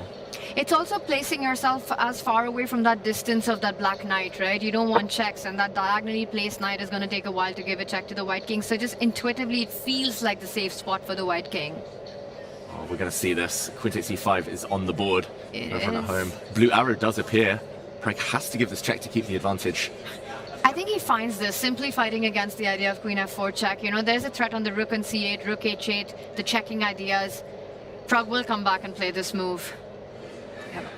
Makes sense, because there's no other way to defend the king and the f4 square. I say he does it on under 2 minutes, in fact. I think it's always a good idea not to rush in these type of positions. Pragg has made mistakes in this type of position before. I mean, in the first half I mentioned between these two, in the candidates against Sindarov, both games Pragg, his opponent sacked a piece, Sindarov sacked a piece against him and won. Just couldn't handle being on the defensive. So I think this is a game strategy from Gukesh. Even though it went wrong and he was objectively lost, like, it's the type of position he thinks he can trick Pragg. So Pragg definitely has to like kind of lock in here and find all the best defensive moves. What? That's not even fair. Everyone would have forgotten it, Vic, had you not put it out there. Have I not lost enough prediction games? Well, no, I like this, actually. Tanya. I mean, come on, Let's Pragg, see. you gotta do this now. Oh, that was Gukesh. I feel that, you know, the 2 minute mark was a bit optimistic. I should have said 5. Ooh, Okay, come on, Pragg. Oh, he Well does it. done, Tanya. What can I say? I know the Indian kids well. No. I saw you lose confidence in your bet. And as as we saw there in the featured chat, shout out to Asmoada, that they're playing as if they have 2 minutes left on the clock. And I think now players, just as the tournament's about to finish, they've all realized that time trouble is decided the vast majority of the wins and losses they've had in the Classical. So they're all trying to speed up, but of course the Gukesh clock is more of an issue now. So just to kind of confirm, maybe we can use the Mr. Fish. Moving the king to d1. Our bestie. Is our By a while. Is our best choice. By a mile, yeah. By a mile, okay. The others didn't quite make so much sense because, you know, it allowed down the horizon the potential queen takes h2. Just to point out here, in the variations we were talking about, it would be this type of position. I'm not sure why the king is best on d1 rather than e2, but we were talking about this type of position and how there was a threat of mate, but apparently the king's just better on d1 in general. King f1, I think, it's just too vulnerable to queen checks, knight checks later down the line. So king d1, I think we can, by feel he should be doing this, but rook to g3, I guess, is the other option, but you don't want to pin your own rook. No. And that's the other thing with Gukesh, right? He's a player who plays less on feel and more on calculation. 0 on feel. 0 on feel, right? So if he starts going down this labyrinth of variations, maybe it's not going to be so clear for him where to place the king. He needs to sort of rely more on his intuition, especially given the clock situation as well. 19 moves now to make in 18 minutes. So, critical question to you, Tanya. Oh my gosh, I know what that means. Do you think Gukesh will take more than 2 minutes to make? He will definitely. Yes. He's been thinking 2 minutes already. Yes, I was going to say he's definitely take more than 2 minutes, and there, I won that one. But I think Gukesh will again rely more on calculation at this moment. He is going to try to work out king e2, king f1. If I had to make a prediction, I think in the next 2 minutes he plays this move. Whether it's going to be king d1 or not, I'm not as convinced about that. I think queen h4 from Prague, easier to do. You're fighting against direct threats. This is not the easiest of decisions to make for a calculator. Yeah, but like this is such valuable time ticking away. We've made a big point of the players getting 10 seconds at move 40, but it's only 10 seconds per move. It's eternal time trouble. And this is where the likes of Wesley would turn up. He'd be like, okay, there's no chance I can calculate to the end in every variation anyway. Like at some point you just gotta say, okay, king d1, there's no checks in the near future. Yes. King e2, there are checks in the near future. King f1, you will get checked. You just make a move. Yes. And it happens to be the best one because we can get there by feel, but I would love to see Gukesh play maybe in private a training match where he's not allowed to calculate, just play by feel. And I think he would realize he's a fantastic player as well by instinct, but the fact he doesn't let himself just make moves now means that he gets in time trouble and it haunts him later. You have to just trust yourself in these positions, and Gukesh needs to play king d1, but more importantly, he needs to play it quickly. Because this is not the last question that will be posed to the world champion in this game. Look at the nature of the position right now. For both sides, every move a high responsibility, a high cost move right now. Yeah, he needs to take a decision as well, because I can tell you this is only just the beginning of the complications. King to d1, Gukesh needs to find it, and he needs to play quickly. And by the way, I think we should start a hashtag David Howell for Gukesh, coach. I think I could turn him into 2900. I don't know, he's so talented. And all of his strengths match my weaknesses, and my very few strengths, I think, match his weaknesses. So I don't know, I think it would be a good pairing. I think it would be a great pairing. I think we need to make it happen. And if anyone on Gukesh's team is watching, David Howell is your man. Yeah. And Tanya can be the motivator. How expensive are you, David I'll work Howell? for peanuts. I was just about I'll to work ask. for 50% of the prize money at the World Championship. That's still not peanuts. No upfront fee, but if he wins it. Oh, wow. I mean, I'm semi-joking, but I genuinely think, like, okay, he has opening coaches around him, but at some point you need someone purely to work on the mental side or the practical side. Like, I don't think the mental side is always like his weakness. I think it's actually the practicality. Like, he's been in time trouble every round this whole tournament. Yes. So, and I don't think it's coincidence that he's in last place. It's the clock.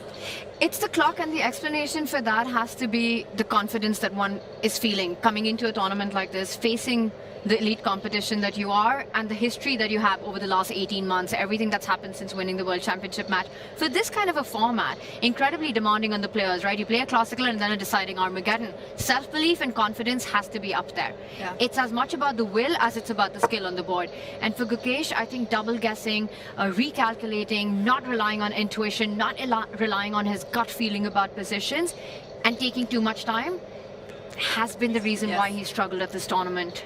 And David, if you do get the role as one of the seconds, I will sign an NDA. I will do absolutely everything, but you gotta let me know. Okay. You should watch the sessions, join in, teaching the Karakan. I'm not teaching Gukesh the Karakan. The one and only time I played Gukesh was when he was maybe 12 years old, and I tried a line in the Kara that I'd never ever played before. He just blasted me off the board. It's funny because I actually played Gukesh as well when he was already at GM, but he was 12 years old, and it was in Gibraltar, and already then he had the same exact style. I was like, wait, he just mates everyone. He outcalculates everyone. He's a great attacker.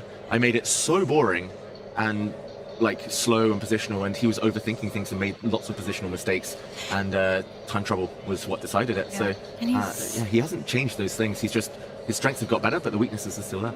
And it's now touching the 6.5 minute mark. Everything that we've been talking about, right? Just not, and he does it, but has he burnt too much time? Finding his way across. Gukesh not relying as much on his intuition, but working it out to perfection, but that's cost him time. Cost him basically a third of his time.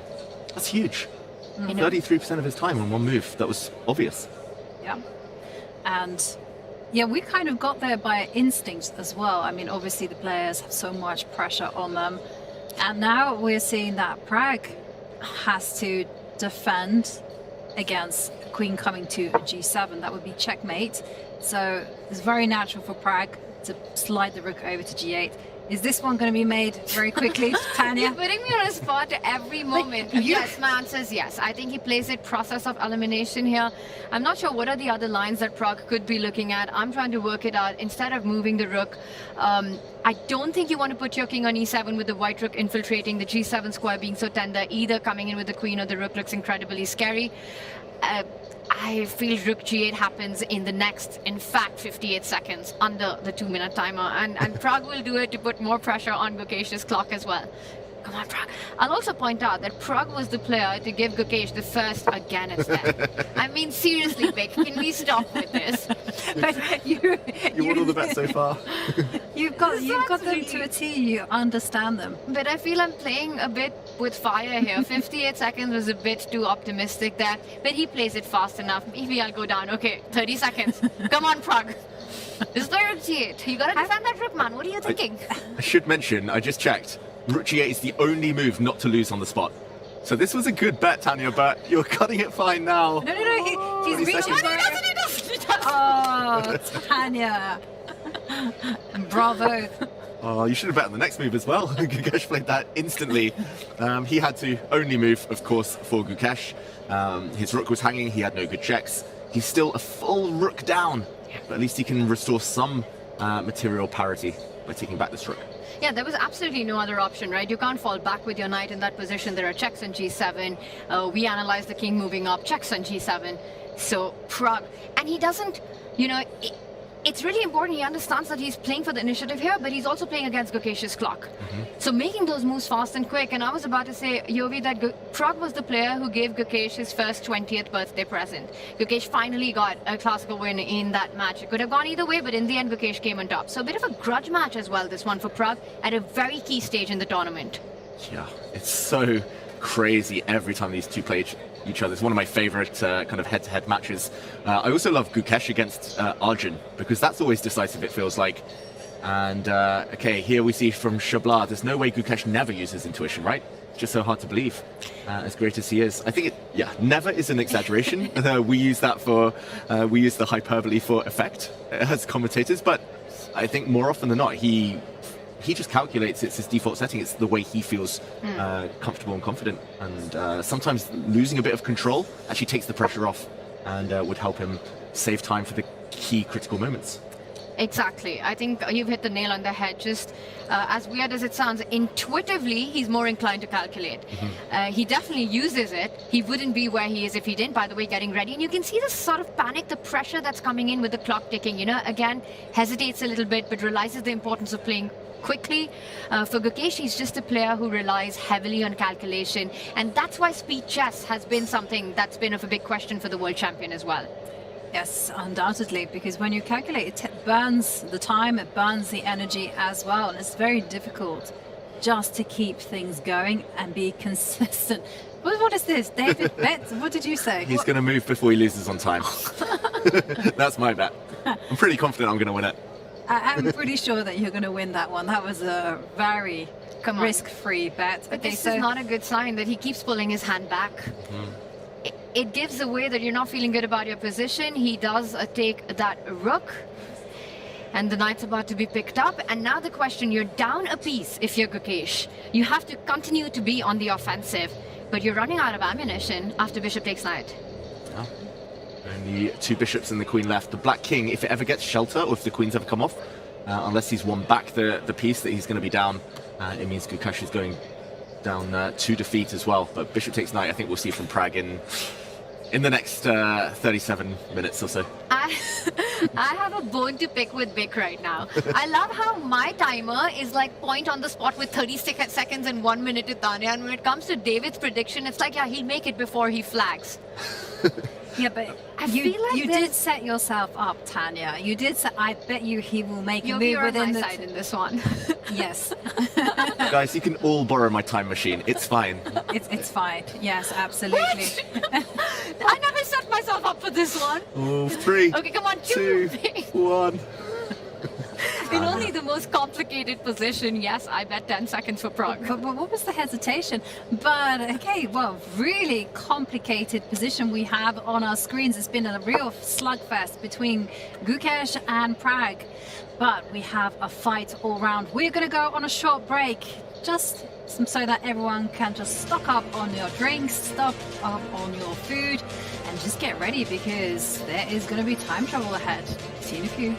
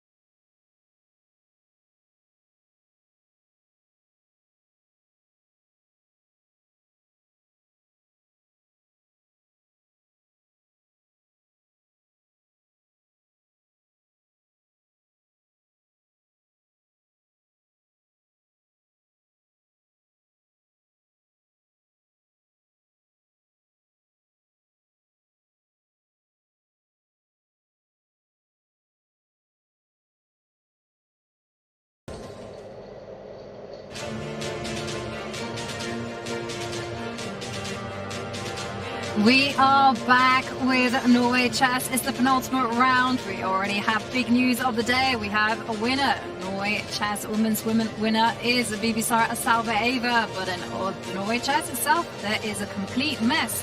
Just like the mess that Tanya and David make on a daily basis. This is not okay, man. I mean, seriously, David. It wasn't me. It wasn't me. Tanya's got like 20 muffins, 20 sandwiches, like makeup wipes. It's like everything down here. I agree on the makeup part, with the food and the mess is all David Howell. It's messier than the Gukesh against Prague position. Nothing's messier than that right now, Yavanka. Nothing is messy, because take a look at how chaotic it is. The evaluation bar has risen sharply in Prague's favor, telling us one thing: Gukesh has made a blunder. Let's dive in immediately to that game and see what went on. Yeah, let's jump in. We'll do a very quick action replay. A mistake on the last move. We see a question mark attached to that king move from Gukesh. He's trying to run and hide his king on a2, but until this point, they were both playing very accurately. We left it with Gukesh having to take back some material at least. There's no way to continue the attack. Knight takes rook. Now it's only a piece. I say only. At least the bishop is poorly placed and the knight a bit loose. He now found the best move, king to c2, hitting this knight. Very important to drive it back because we saw some variations of the black queen coming in with a nasty checkmate. The white king gains a tempo. Now another tempo gained because check is threatened. The white bishop is lined up. That would regain a piece. The black knight would drop afterwards. Covered though by Prag. And now king to b1. And I did check in the break. Apparently the best wasn't easy. This is where maybe he needed a bit more time, Gukesh, because suddenly it's a little less intuitive. His moves aren't forced. Bishop to c1 may be better. Bring the bishop into a new diagonal. Maybe bishop c3 as well, also playable. Trying to get a new angle against the black king. But king to b1 simply too slow when he's a piece down. Losing a tempo like that, it could cost him. And too slow is exactly what the world champion cannot afford. With 13 moves and under 10 minutes on the clock, that's less than a minute per move right now. King to b1 passes the ball to Praggnanandhaa. You're up a piece. But what Gukesh is relying on is the disharmony, the disconnection between all of Black's forces, right? The knight, bishop, the knight, they're not really doing anything. You still need to get them into the game. And unless that happens, you've got play. Bishop c1 could still be the big idea right now in the position, especially with the king feeling safer. And I'm just wondering, can Prag use this move to actually create a better development here? Do you want to go direct with pawn takes pawn if you're Prag, hoping for a queen trade to follow next? Maybe knight e7 coming into the game.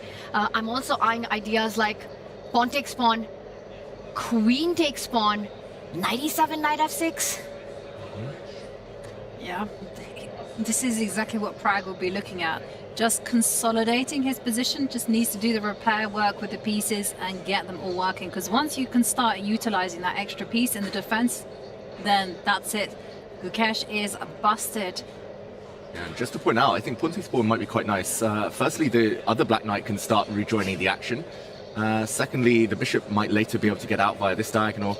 And yeah, if the pawn had taken, I think queen takes is a much better practical try, but I was going to say d6, and there's suddenly this bishop comes to life. There's no threats, no checks.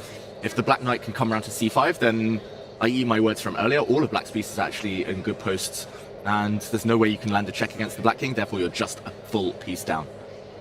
The one thing that you would want to watch out if you're Prag right now in this position is the threat that Gukesh has in the air of the queen sliding over to b8, pinning that bishop on c8. You've got knight e7 as a defense, but it's the only defensive resource you've got. So just don't walk into that trap, and you're doing well if you're Prag right now. 25 minutes to work this out. Gukesh on the ropes here. Definitely on the back foot as the world champion finds himself in trouble. Going back to our bird's eye view, first I'd like to look at Wesley So against Magnus, and then I'd like to focus in on Vincent against Ali Reza. Okay, let's jump in to that heavyweight clash.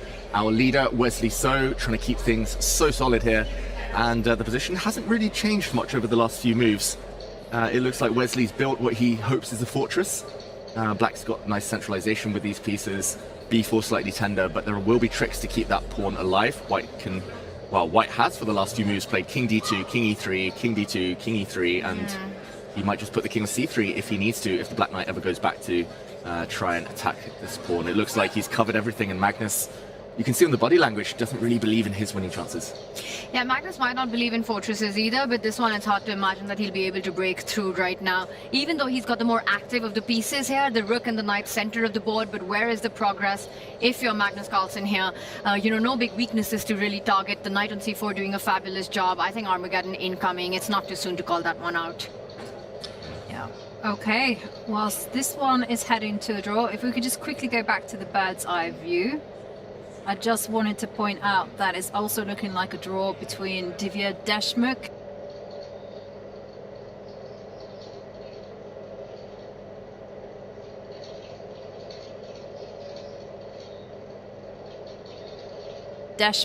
and Humpy Kanaru, especially, as I don't think we're going to be seeing too many decisive games there, but let's immediately go to Vincent Keymer against Ali Reza Firouzja, top left. Yeah, we can jump into that. Just to mention, Humpy's it's going to be a draw any second. She's about to find a really nice draw. Actually, before we jump to Vincent, maybe I can just bring us into that one because... Yep, let's do it. Yeah, this will be the last time we visit this game. Black is pretty much just going to play knight f3, knight takes pawn against anything, just to show White's about to win the g4 pawn. Even if she defends her h2 pawn, Black can just take this. Black can put her king in the corner, and this is just a dead draw. It's bishop and wrong coloured rook's pawn. No way to evict the black king from that corner square, and this will be a draw and a handshake any second now. Going into Armageddon, for our leaderboard, not the most important of the matchups, but both these players looking for a good finish here at Norwich as with the final two games. For Zhu Wenjun, I think it's just been an incredibly disappointing campaign here. Looking ahead at the World Championship match coming out. I wonder if rustiness has a role to play as we see David's idea being played out here. Wenjun back to classical chess after a long time. For Humpy as well, never really got going in this tournament. Yeah, for Humpy, it was like her first round loss against Bibi Sara just knocked the wind out of her sails, and she never ever found her momentum. For Zhu Wenjun, it looked like, you know, things perhaps could turn when she won in the classical against Divya, but then she lost. Yeah, and we have to jump. Zhu Wenjun's knight is trapped, but doesn't matter. This is going to be a draw. She can just put her king in the corner, ignore everything else.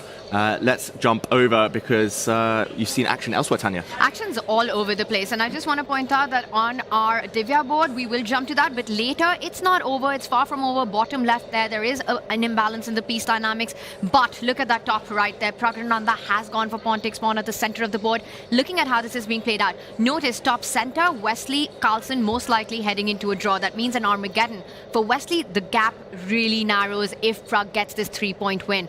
I think incredibly equally important, Vincent Keimer with an advantage right now against Alireza Firouzja.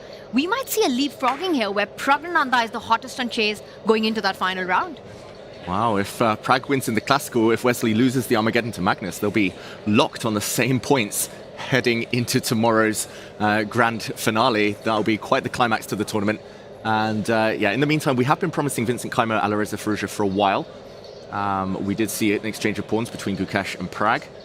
Well, it's not getting any better for Gukesh, it's got to be said. Which one do we jump to? I think we have to go to Vincent. Let's do that. Alireza, because things are getting critical here. We see Vincent making big progress. Rook there on g2, and as David's indicating, well, that's a really sly maneuver to go around the back. And I could actually see this being a threat. Like, if Black does nothing here, I'll just put a move on the board. If Black plays like Queen b6, I think this might be almost a game-winning threat, because after rook to g7, White can occupy the center, control the d8 square. Now, how are you ever evicting this bishop from e8? You can't. Therefore, your rook is trapped, your queen is the board is cut in half here. And I'm not sure exactly how White wins. Probably it's something to do with activating the knight. Maybe eventually you bring it round to f3 to hit e5 pawn. But Black is, yeah, just totally frozen for the rest of this game. So yeah, this is a very annoying threat. Even if it's not decisive immediately, not a knockout, it's really annoying to have to deal with, and only 8 minutes for Firouzja. Only 8 minutes, and how to deal with that? I mean, the only moves that kind of sprung to mind is the bishop coming to d7, but even then that has its consequences. It might be forced. I really like it. Wow, I didn't see that knight jump that David you just highlighted at the center of the board to combine the queen and the bishop to attack that bishop on d7. Should we quickly see that line? It looks very tempting to go bishop d7, trying to neutralize the threat and the light squared bishop. And now knight to d5, you hit the queen, you hit the dark squared bishop. If Black grabs that knight at the center of the board, you go bishop takes bishop, and guess what? Bishop e6, another devastating threat, a pin on that rook. And if you try to fight against that, the d5 pawn will be lost. Yes, you can go forward, but can I just ignore it? Okay, you're saying bishop d2 and then just go bishop e6. Yeah, I mean, it's not so clear actually. I thought it was over, but Black can prevent the bishop from reaching e6, so it's not totally gone yet. I liked your idea, Tanya, of bishop e6 first, but if only the white rook had f2, exactly, that would be game over. But no, this is, yeah, it's not over yet, at least. I like knight d5, I just came to mind instantly, but actually maybe White shouldn't go for that and should be happy to just allow Black to be saddled with these weak pawns forever rather than healing the pawn structure. So maybe you just retreat with your bishop and say that, you know what, I'll find another plan. I want to keep as many pieces on the board. You're under 8 minutes now, Mr. Alireza, and you still have a lot to play, so maybe just come back either to c2 or d1 and then think about how you want to improve next. Maybe you start expanding on the left flank with your pawns moving up the board as well, b4 at the right moment. Yeah, and I was also thinking, you know, if the right rook slides to d2, I don't think black either wants to be trading off the light square bishops, because e6 is so weak, and I'm just seeing that black is the one that is just simply groveling. Oh, black is groveling, black is suffering. Firouzja no time either. This could be huge for the standings. Vincent will catch him up, and these two could be just 1 or 2 points behind the lead heading into tomorrow. We could get maybe 4 or 5 players within 2 points of each other, depending on how the Armageddons go and how the other game goes. Yeah, you gotta spam the Danny emote right now of absolute cinema going on, because if that was to happen, I mean, whose Norway chess is this going to be? I'll tell you who's not it will be. That's Magnus Carlsen. Few would have predicted that. We've got 3 people in the race potentially for that Norway chess crown, and none of them are named Magnus Carlsen. Who saw that coming? Exactly, and Gukesh is unlikely to be included in that conversation either. If he loses today, depending on other results, he might be guaranteed last place with 1 round to spare, which would be a really devastating result, especially on the back of the last 18 months. And yeah, it looks like on that right board, no counterplay, piece down. He's under 5 minutes, Gukesh is right now. 12 moves to make. The idea, David, you pointed out, of taking that d5 pawn, hitting the queen next, opening up the bishop. It's on the board. Is there anything that Gukesh can do here to try to create his tricks against the black king? I'm struggling to find a way in. Yeah, like you can literally, apart from the 8th rank, the back rank, you can pick up the white queen and put her anywhere, and she doesn't really create any threats. And I love what Prag is doing. Like, he's been taking care of his king with the black knight, great defender, the black queen, an equally strong defender. He's covered the dark squares with pawns, and now he's covered the light squares with his bishop that looked like it was asleep. He's covered everything. If you're Gukesh, can you try to go wild with queen h8? I'm at least pinning your knight. I'm hitting the pawn on h7, at least pretending to have a threat in this position. It's desperate, but I'm struggling to find anything more active than that for Gukesh right now. Exactly. As our producer Bick is saying, if the white pawn wasn't on a3, if it were anywhere else, a2, a4, then white would have had ideas like bishop to a3, pinning the pawn on the diagonal, and this diagonal would have been lovely for the bishop, but unfortunately that was too many ifs in one sentence. And yeah, that pawn he put on a3 as early as move 4, misplaced it seems, and he goes back with his queen. I quite like queen h8, just a disturbance move, something that maybe Prag hadn't seen, but yeah, queen g3, and now this black knight on a5, all it needs to do is improve itself. If it ends up on c5, every piece is controlling an important square. And you've got 2 ways to do it, right? And I don't really see a repetition to either one of them. b3 or b7 retreat to go forward, hit that bishop. A matter of few consolidating moves, and Prag looking to join the lead going into the final round. Yeah, win in the classical for Prag will just boost him to 15 points, and that's very much near the top. And just to confirm, it was a draw between Humpy and Ju Wenjun, so we're going to be seeing our second Armageddon of the day.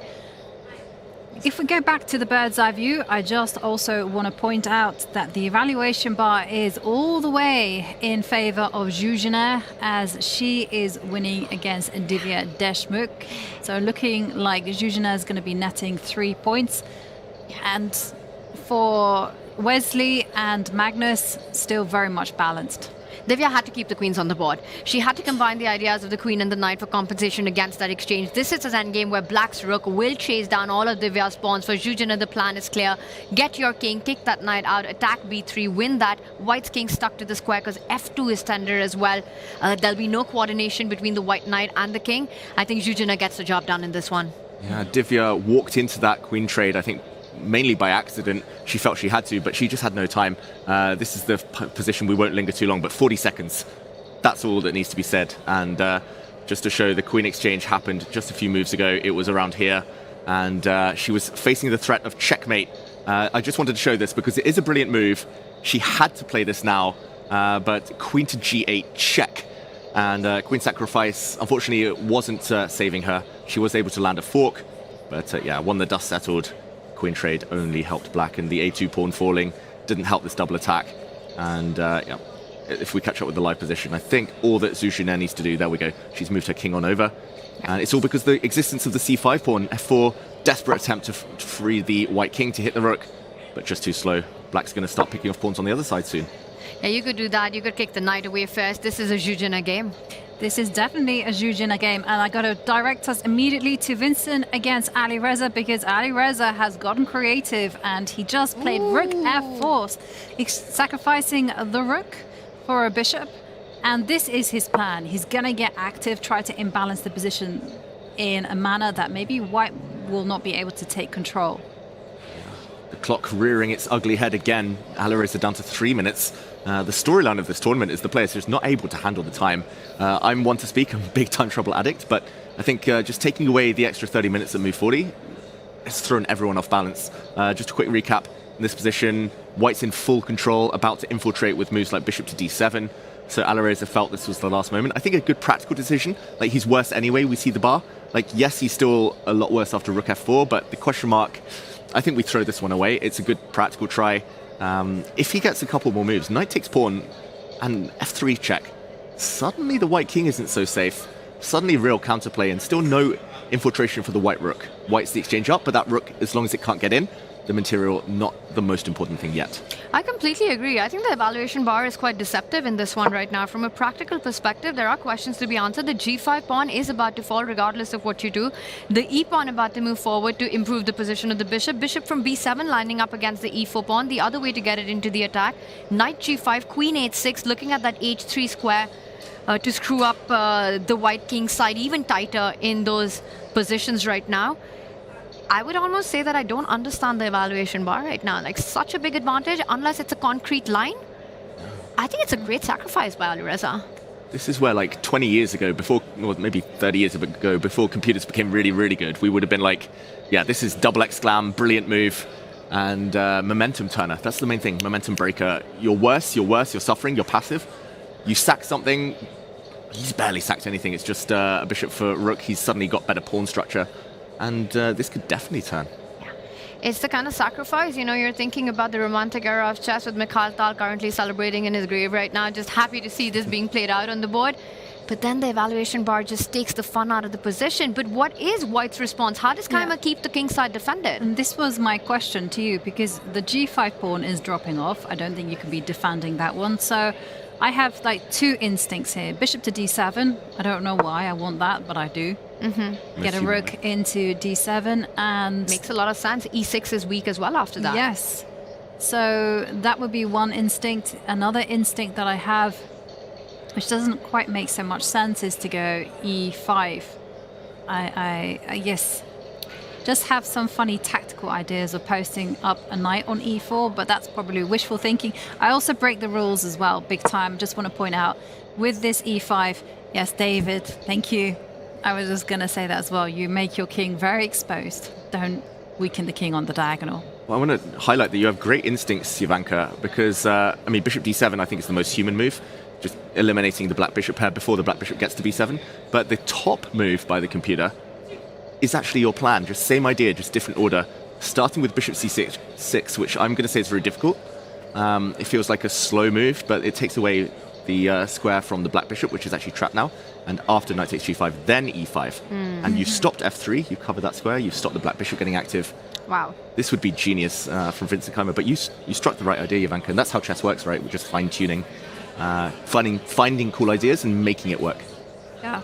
And how narrow is the path to an advantage? So say, for instance, bishop to d7, would that get you to an advantage, or would that get you to a mess? Advantage, I think. I just want to point out that maybe at some point we get the double board view, because Gukesh is down to under 2 minutes on the clock. And he still has 8 moves to make. That's about 4 moves per minute that the world champion has to afford in a position where, again, you could have as much time as you want and you're still struggling. Yeah. I mean, we see actually bishop to d7 on that left board. Vincent Kaima does play the most human approach. So he covers all the light squares. Still the exchange up, Vincent, although has to slightly worry about the white king now. On that right board, I mean, Gukesh, this is so sad. He's just a pure piece down.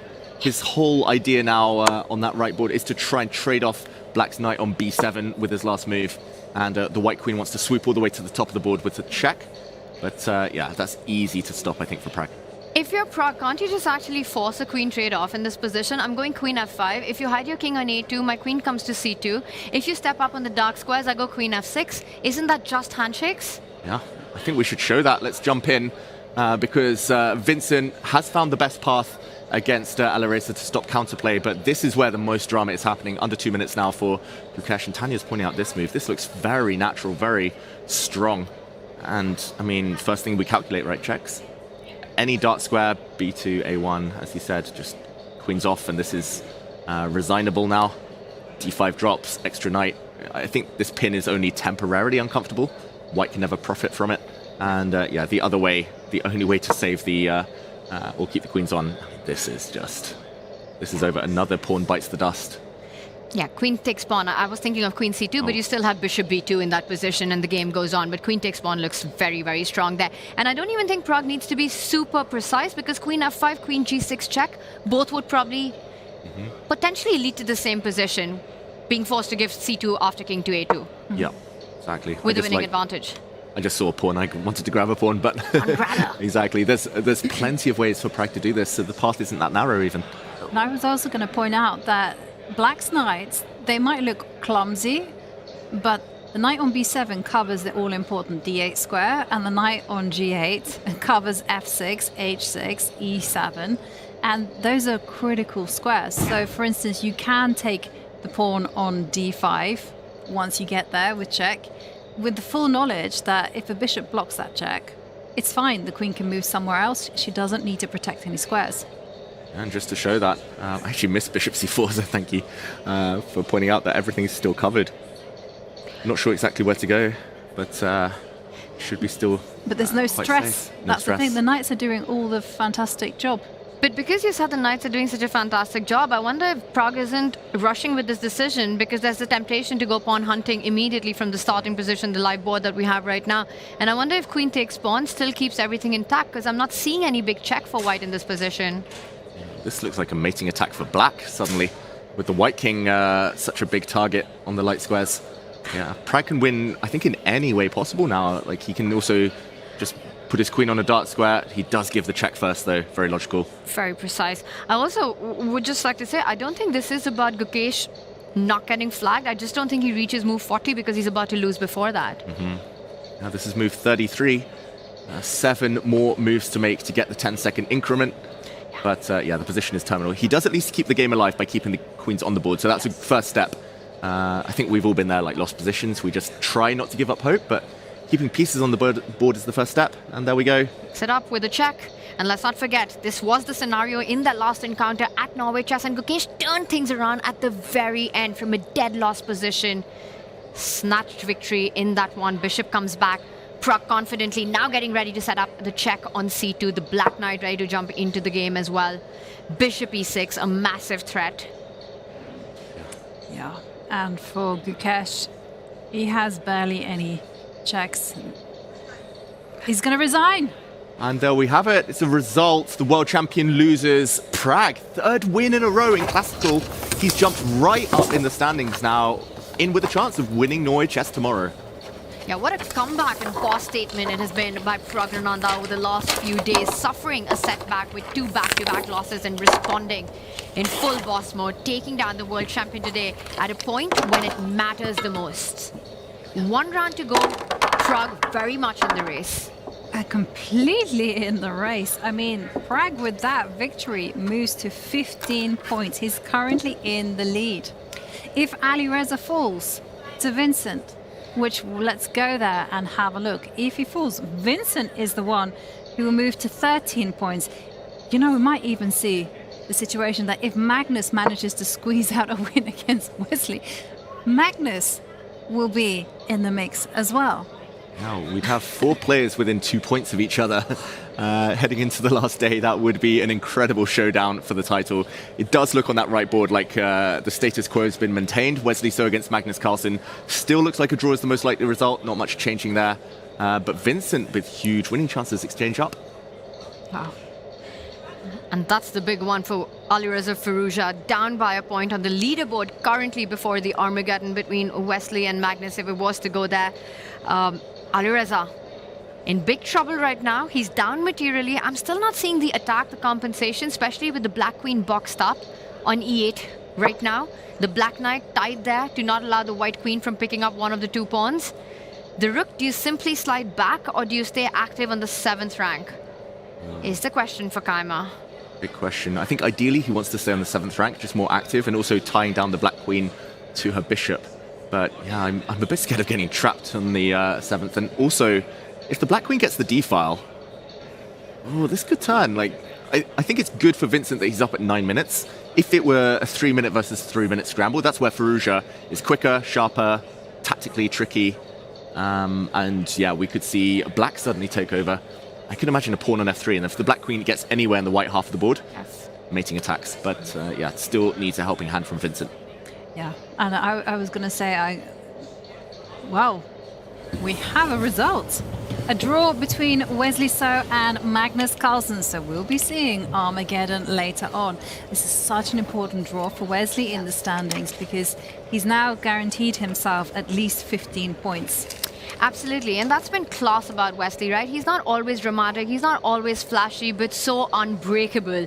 It just feels like he's just there, super solid, and impossible to take down currently in that classical section. And it all happened with a big swing in round 5. Taking down Magnus Carlsen is when Wesley's tournament started skyrocketing, and he hasn't stopped since then. Goes into an Armageddon, but that just means that Norway chess remains wide open on the last day. Totally. And let's have a look at how that game finished, David. Yeah, just we don't need to go too far back. Essentially, nothing much changed from this point onwards. White has everything covered. Nice, beautiful pawn chain. Everything protected. White king centralized. Magnus tried to maneuver his knight around. He tried to bring it around to attack White's pawn, but now the king showed its versatility. And yeah, essentially they just started repeating the position. And Magnus here, bring his knight back and forth, offered the draw, which Wesley, I think, very gratefully accepted. There were actually maybe 1 or 2 small moments where Magnus could have taken over just before we reached this exact endgame, but ultimately Wesley way too solid.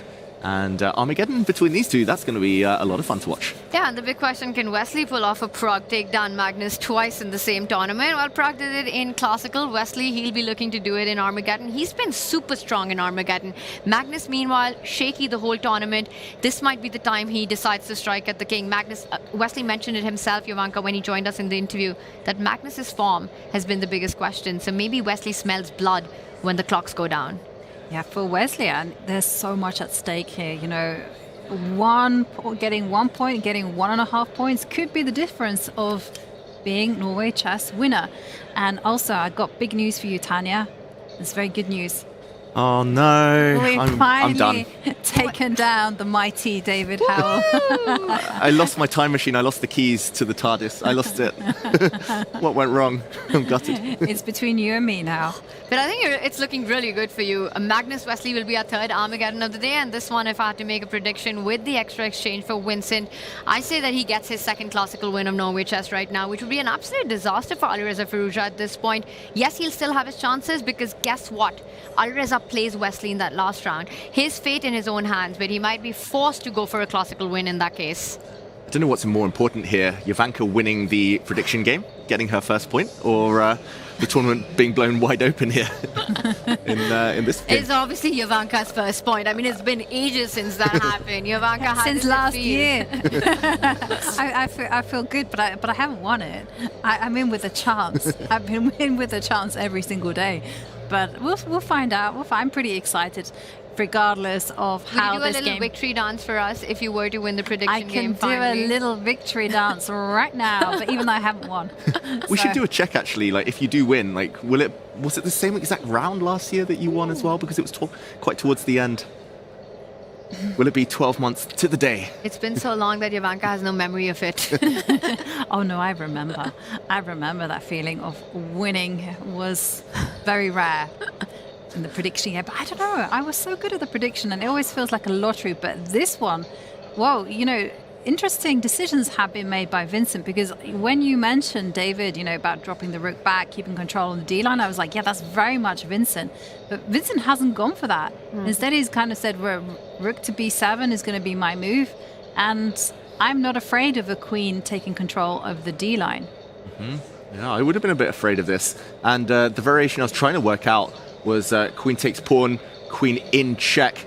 Coffee's end there, trying not to draw too much attention to it. You're right, I'm trying to deny today's existence, but this would have been a bit scary, although eval bar shows that white is winning and probably can dodge the checks eventually.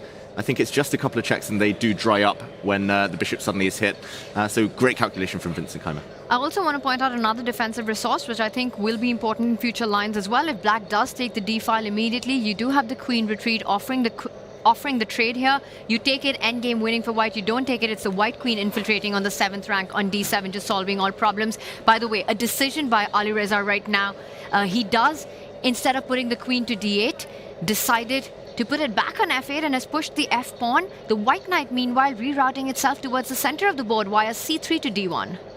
Yeah, and I like what he's doing, actually. The knight is going to be very nice on f2. We've seen the theme quite a lot this tournament already, like a knight being a king's best friend and a knight just controlling all the squares around a king. On f2, the black queen will need at least 3 moves to deliver any check. It will need to be on a dark square as well. I don't think the black queen gets 3 moves because everything is so loose. The bishop is loose. The black knight couldn't have taken the pawn last move because g6, e6 also under fire. Yeah, I think the whole idea behind knight to d1 was to put it on this square and then liberate the white queen. The white rook already doing a great job, and maybe we'll just see Vincent tie up black and start pushing pawns. It looks like that, right? Because where is black's progress now that you've got that knight on the beautiful square? It defends everything, keeps everything under control. For Alireza Firouzja, he's trying desperately to get his queen in right now. d2, and the blue arrow appears, queen f4. He needs to stop that threat. Queen d2 will give Alireza the much needed counterplay in this position. Wow, only move territory for Vincent Keimer. That is findable because you just ask your opponent what their threat is. Also, it sets up white's own threat of rook to b8 with a nasty skewer on the 8th rank. So I think he finds it. Like, process of elimination, you definitely don't move the knight, you get checkmated. You don't really want to move the king. Why would you move the king? The white rook can't be improved. So I think, yeah, he's going to find this, surely. Multi-purpose move. And you've got to stop queen d2, right? Because it's not even just going to be holding. It comes with some deadly threats with queen e2 check idea. And look at that, he does. Vincent Keimer in full control. Access denied. Yeah, and now there's a threat of his own. Rook to b8. That would be attacking the queen and the king. It's a game-changing threat. Okay, so he moves the bishop, goes on the counter. Hits the queen. And now for Vincent Keimer. Do you move the queen away? Do you push the e5 pawn there? Hitting the black bishop, but I feel like it's pleasant choices to be made here. Pleasant choices. The most natural would be to push the pawn forward. Alireza will retreat his bishop and argue that at least he's closed down that white queen's diagonal. Rook b8, no longer an issue. But Vincent, you can see that he sensed something there. Yeah. He suddenly got really excited. Okay, looking back now, he's like, okay, I'm not winning yet on the spot, but getting close. Do you think he got excited about queen h4, queen h6, infiltrating with the queen, trying to threat a kiss of death checkmate ideas, also eyeing the g6 square? That can be quite tempting. Also, dropping the queen back to d2, setting up a pin. Ooh, nice. Could also be on the radar as well. And next big threat would be going e5. Vincent Keimer getting ready to make his move. He's under 5 minutes. The players have crossed the 40 move mark, but only get an additional 10 seconds right now. Keimer putting the finishing touches to this one. He has to be just careful about not allowing Alireza's queen into his own camp. I do fear that Vincent, if he drops down to around the 1 minute mark at some point, bit of a shake of the head there, then he might start to get nervous. Like the ghost of all those 7 lost Armageddons, all because of the clock or because he wasn't able to handle his nerves. Suddenly it feels like an Armageddon game. Like he has the advantage, yes, but he has to win it. He's material up, and if he can't convert soon, he might start to get nervous. Right, and does Vincent have to be accurate in this? Does he have to find e5, which is a very natural move? Ooh. Just checking with the computer. If he doesn't find e5, the advantage pretty much halves. So still better. Queen to d2, the next best. Queen h4 also good. But e5 by far the strongest, and he does play it. But what next? And the black bishop has to retreat now. e7 or f8. Goes back where it came from, defending the knight. Still no way in for the black queen. Everything under control. The knight defending the squares, the white queen taking control of the d2 infiltration spot here. Vincent ready with his response. So now, what next for Vincent? How does he improve? Does he simply just push pawns? I mean, what does he do? I could suggest one plan here, David, if you're white. Go queen e3, go queen d3. I just want to fight for the d line. Very classy. That would be very calm, very collected, and yeah, not just that, but maybe forcing black's hand because of a hit on g6. He goes back with his rook. Same idea, different order. Rook to d3, his idea to shut the gate, close the d file. Also looks very, very logical. Very nice. Yeah. I was looking at some weird ways of like going king g1, king h2, king g3. I thought you were going to say king e1, queen d2. King g1, king h2 is very impressive, David Howell. Probably also just bad. Also, I might have been blundering like knight h. Oh my god, I think I was blundering knight h3 there. And then the black queen coming into d1. But okay, rook d3, much more professional. Oh, hang on a second. Isn't that an idea as well in the air? Like immediately. Wow. Yeah, I think white will react by taking this pawn, not getting deflected. Like if the black knight moves, yeah, that's bait you don't want to take. But yeah, he dodged the blunder there. Queen to d7. He's eyeing that a4 square. If you go rook d3, Alireza Firouzja setting up queen a4, queen c2 ideas, desperately trying to get to the white king. This is where Alireza is at his most dangerous. When he has nothing to lose, when he's just playing for swindles, playing for tricks. More often than not, he tricks the opponent, especially when both clocks are low. His vision and his creativity is another level. Everyone watching, just ignore the evaluation bar and watch the magic unfold. Alireza Firouzja isn't going to make this easy for Vincent Keymer. Not easy at all. And you see there, with this little move that Alireza's found, you know, if you do slide over the rook to d3, that queen is primed to come in on the queen side and start, you know, skirting around the king with queen a4, queen c2. And it's questions. We're going to watch this being played out. Alireza will reach out for his queen, make it the most active piece in the position. Yep, might as well. Nothing much to think about here. Bring the queen in. Maybe white's idea is to just continue locking that door, just bring the white queen to slightly passive square, but at least controlling any entry points. Vincent's going to go for his queen. He's going to retreat her. There we go. He covers the c4 pawn importantly, but now the black queen has no way in. And this is super instructive from Vincent, right? He's gone up material. He's now going into defense mode. He knows as long as he fights Alireza's counterplay, he's going to be winning this game in the long run. He just cannot allow any offensive ideas of Alireza. He now falls back with the queen. Alireza also trying to get Vincent down to his final few seconds. He knows that's when miracles happen. It's a bit liberating having a lost position because some point you just start like playing not to lose immediately. You're just like, okay, prolong the game, prolong the game, prolong the game. The longer it goes, the more your opponent gets nervous, and then you're like, wait, I'm still in it. Momentum could turn. Very professional from Vincent b3, covering his pawns. Being protected. And I think it was Indian cricketer Virat Kohli who said, you have to believe in that 1%, because then that 1% can become 10, can become 20. Just keep making moves. Fight your own mind to not give up. Absolutely true. And also, if you approach it like a challenge, you just say, well, hang on a second, I'm completely lost. I accept the results. And then you say, can I survive this next move? And then the next move. And then you just keep on going. And suddenly, your opponent gets frustrated. And that is something that could very well happen to Vincent, although Vincent just coolly advancing the queenside pawns. Peter Lecco would be proud. Cemento, queenside totally locked down. Now black's infiltration points are only on the other side of the board where the queen can't get to. No time for Alireza. Watch the clock, everyone. 5 seconds. He's got a path though. He's clearing the 8th rank. He wants to swing the whole way across the board. Sneaky. Back and round. Yeah, my favorite chess book, The 7 Deadly Chess Sins, they call it the goalkeeper's glory. Because when you're facing a penalty, you're never scoring a goal. You can save it and you look like a hero. Or you let it in. But here, you're just trying to save it. That's all, but it takes the pressure off.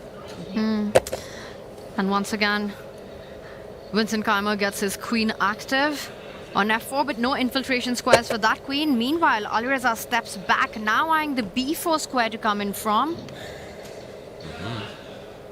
Watch out. Does take a few moves, but black's queen might get in. It's all about the clock now. Right. And Alireza, in my opinion, is so impressive in this type of position. Because yes, okay, he's lost. But with the queen b7, he's threatening to come in on the queen side. Also, don't discount that this possibility that the queen could snake its way around the 8th rank. It's still there. And for Vincent, how does he improve his position? How does he put the goal in the back of the net? I think Kaima's relying on the idea that the queen gets too ambitious. You've got rook d7 on the 7th rank. And black just cannot afford to allow that. That would be game over. So instead he comes in with his knight, not fearing any queen moves, as the rook would come in. Knight g4, now targeting some of those dark squares. Queen h2, queen h6 ideas in the air. And knight f6 would be a really good disruptive move as well, just to break the connection between the bishop and the knight. That might be a clincher. What's black's response to that one? Knight f6, jumping in. The defensive knight becomes the attacking beast that it always dreamed of being. I think it's about to do just that. You can't afford to take it. The knight on g5 will be hanging, and he reaches out. It's on the board. The knight lands on a deadly square. Now the clock, 7 seconds to defend this. The black knight is hanging. Make that Checkmate 3. coming. Rusha goes back, but that hangs the f3 pawn. Oh, he's relying on some tricks there to hit the central pawn for white, but this trick does not work. Surely the white rook can also come up to d7. He can also go rook takes f3 as well. Magnus watching the excitement from afar. You know, while I can't help calling Vincent the way I do, I love how chat has gone on that bandwagon and saying, let's go Vincent. Can't say win without Vincent. Exactly. It's not Drawcent or Lucent today. It's not Armageddon-cent, who's unfortunately made too many appearances this tournament. But classical chess, he is fantastic. Breakout year, and he'll be gaining rating points if he wins this. Thank you to the arbiter for blocking the camera in the meantime. But That was yeah. Wesley.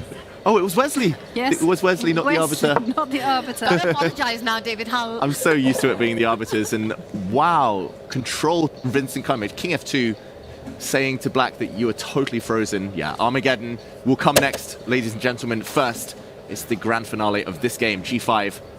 I'm surprised Vincent didn't go for the kill immediately. Why did he not take on f3? That would have been game over pretty much on the spot.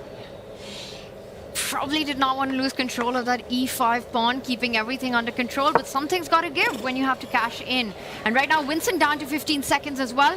Oh, now is the moment when the Shaky Vincent. panic sets in. Look, 10 seconds. And what is Vincent going to play? He drops the queen back. Big threat of queen h7 check. Checkmate into queen h7, queen g8, game over. But now the knight, you can capture it, and the king goes up so it doesn't walk into a check. There's no rook takes pawn check, and now white only has one move to keep the advantage. Queen g3, that is extremely difficult. This one is suddenly turning. If he takes this pawn with a rook, knight h6, and the black knight's getting in. This could be a total turnaround. Firouzja working some magic. Vincent doesn't find it, goes behind with his queen. But there's no threat. There's no threat. A queen check, and black will just take the pawn with his king. The knight now holding everything together. Wow. And suddenly you have to worry about the black kingside pawns that are advancing up the board. Queen e4, black's knight about to jump into the game by h6 as well to stop any queen g8 check ideas. Knight h6, knight g4 in the air. Look at the clocks. Made that move with 3 seconds remaining. Great move, though. And now Vincent's on the back foot. Watch out. Some attacks are incoming. Rook takes pawn, I think, is the most natural move here. He will play it, defending everything, but the black knight is going to be a real stronghold on the f5 square. And Alireza Firouzja's right back into it with 6 seconds on the clock. He jumps in, gives a check. The white king can move forward, hit the knight. Oh, the queen and the knight combining. That's never an easy space to breathe for the white king. Not an easy space at all, but also Alireza cannot forget about the safety of his own king. He reaches for taking that pawn. Everything's under control. The queen on c6 will be able to hold everything together. G4, huge threat on the board. You got to unpin yourself. 25, he hits the knight. It is actually possible to play the move g4 right now. Apparently that forces a draw, but he doesn't want to give up his knight with check, of course. Now knight to h5. Apparently a mistake, question mark. Vincent has to get his king out of there, gets it off the pin. Now liberating his rook again, and the black knight's misplaced. This is a game for all 3 results right now. Alireza sensing to get ambitious over there with that knight jump, but will it come back to bite him? Queen d7, the only way to stay in the game. Look for those queen checks, Alireza. Only move. Oh, he's so good under time pressure. Alireza with 1 minute is like most top GMs with 2 hours on their clock. It feels like he's the opposite end of Gukesh, always relying on his intuition, finding the best moves when he's got no time to calculate. Well, he's got no time, and he has to find the only move. The correct step with the king is to go backwards, Do not get yourself pinned on the H line, but he doesn't. He goes the wrong way, and now rook to H3 would solve all of Vincent Keimer's problem. He reaches out for it. He goes the other way.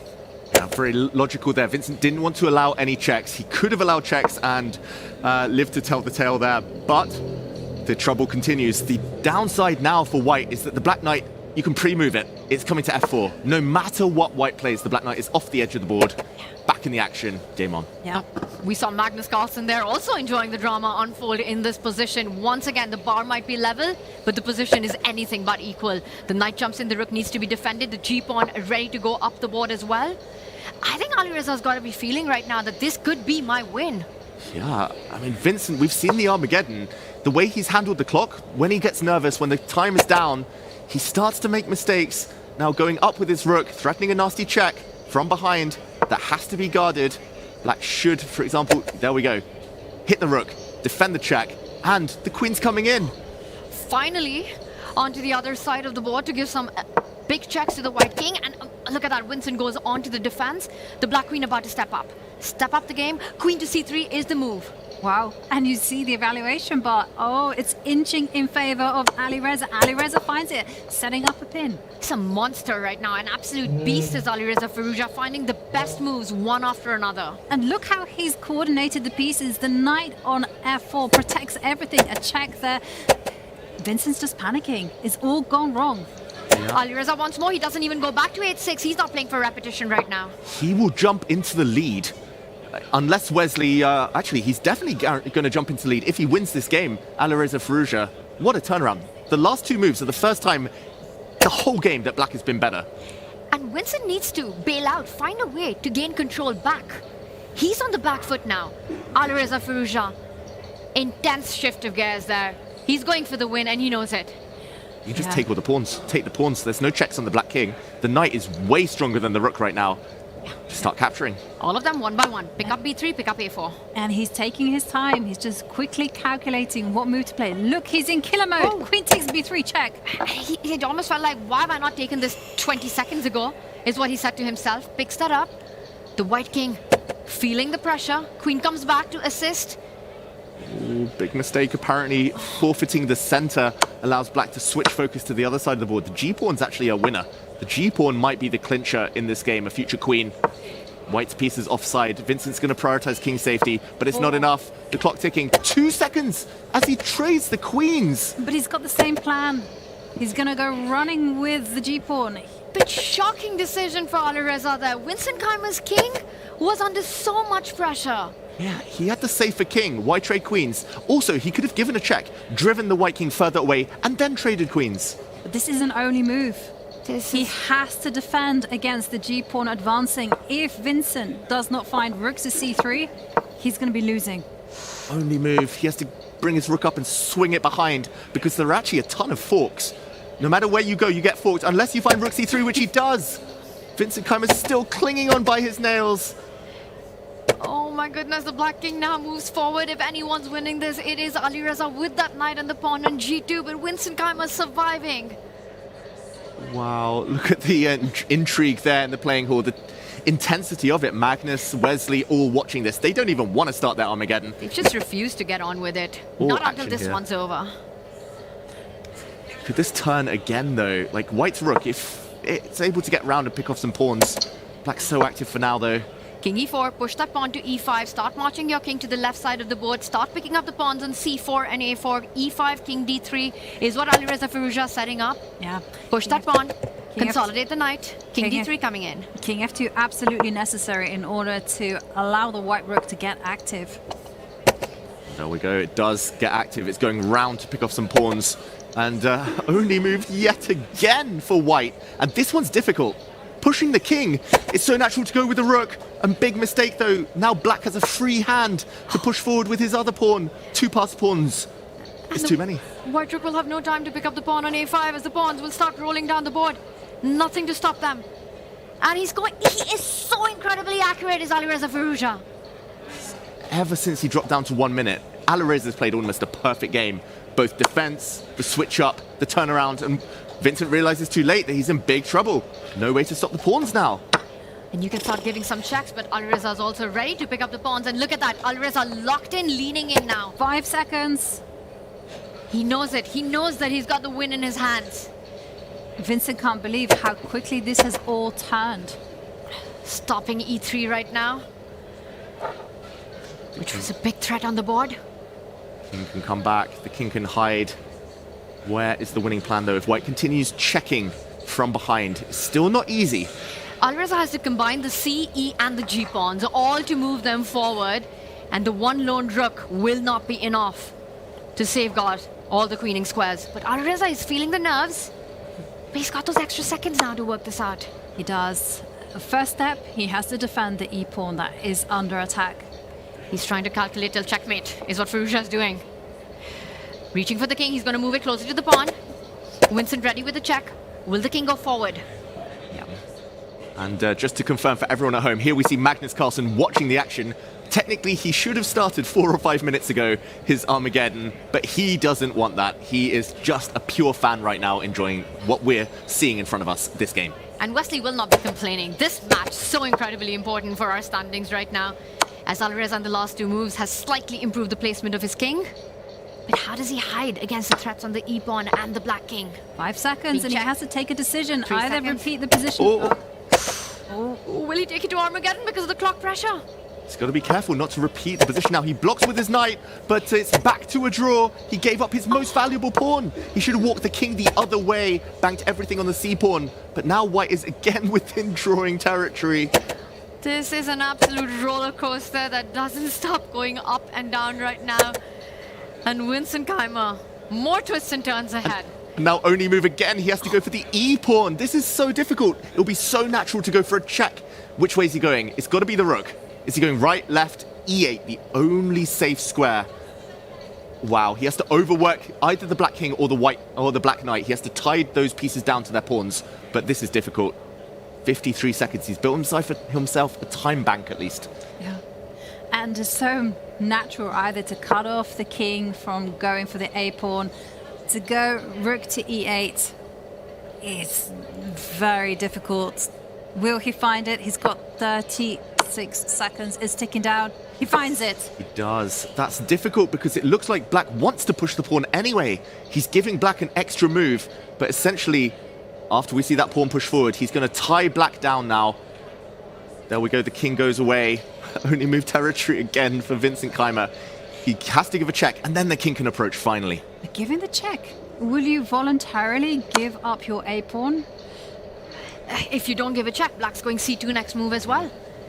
A process of elimination for Vincent Keimer. He can't attack the knight at the center of the board. c2 would win the game. Keimer getting ready, and he does.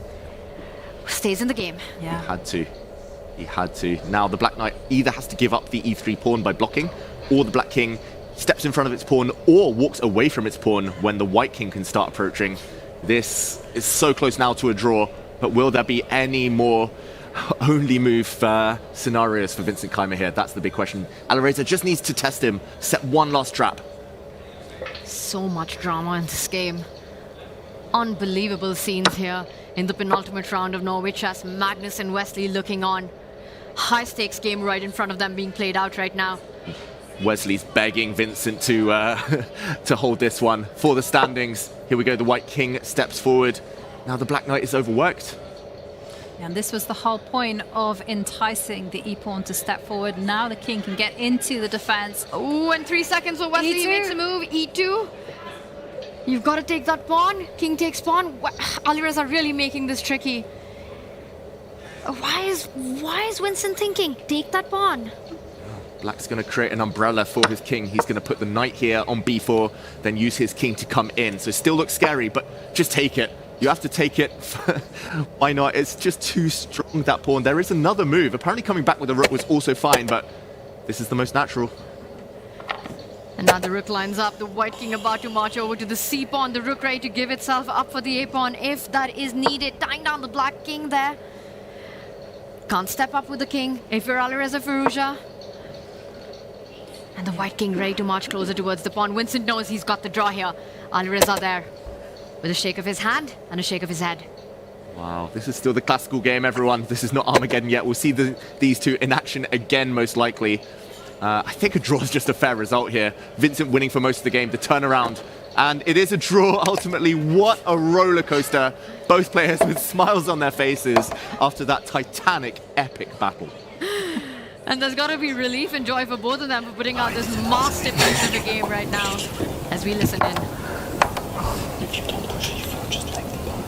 Sorry, just take the ball. Push it. Oh yeah, just go. You just take it. Knight f6, knight f7. You're so lost. Did you see something?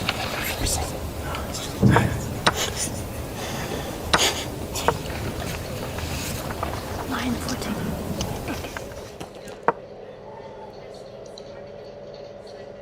And the Arbiter stepping in there to get the players to sign the score sheets. I think they've forgotten about everything other than that endgame. In the meantime, we move on to more action. Wesley So against Magnus Carlsen. I can't believe that this is just the sideshow to what we just witnessed. We were talking about the relief and joy for Vincent and Alireza after that insane fight. I think there was some relief on Wesley So, seeing that go down to the Armageddon with Alireza not converting it. And now he's got to do it against the world #1 to keep his lead. Yeah, he absolutely is in a must-win situation if he wants to walk away with 1.5 points. That 1.5 points could make a difference between finishing first, finishing second, and, well, we have Taimanov? No, it's not Taimanov, it's a Khan, Sicilian on the board. Knight takes knight. Yeah, it's like a hybrid. I agree, Jovanka. A6 came first and then knight c6, so a mix between the Khan and Taimanov. And white slightly ahead in development, but the pawn structure looking quite symmetrical already at this early stage. Magnus has switched it up. No more Najdorf, which he's had mixed results with over the last few weeks. And mixed feelings about, probably because of those results. Now he moves the pawn one more time to open up his own bishop, taking control of some dark squares. There is Magnus Carlsen for Wesley, so he has to keep the pressure on the clock right now, but definitely a sense of relief after seeing Alireza not win that endgame. Yeah, Wesley will be in the lead no matter what. If he loses this, he'll be in the joint lead.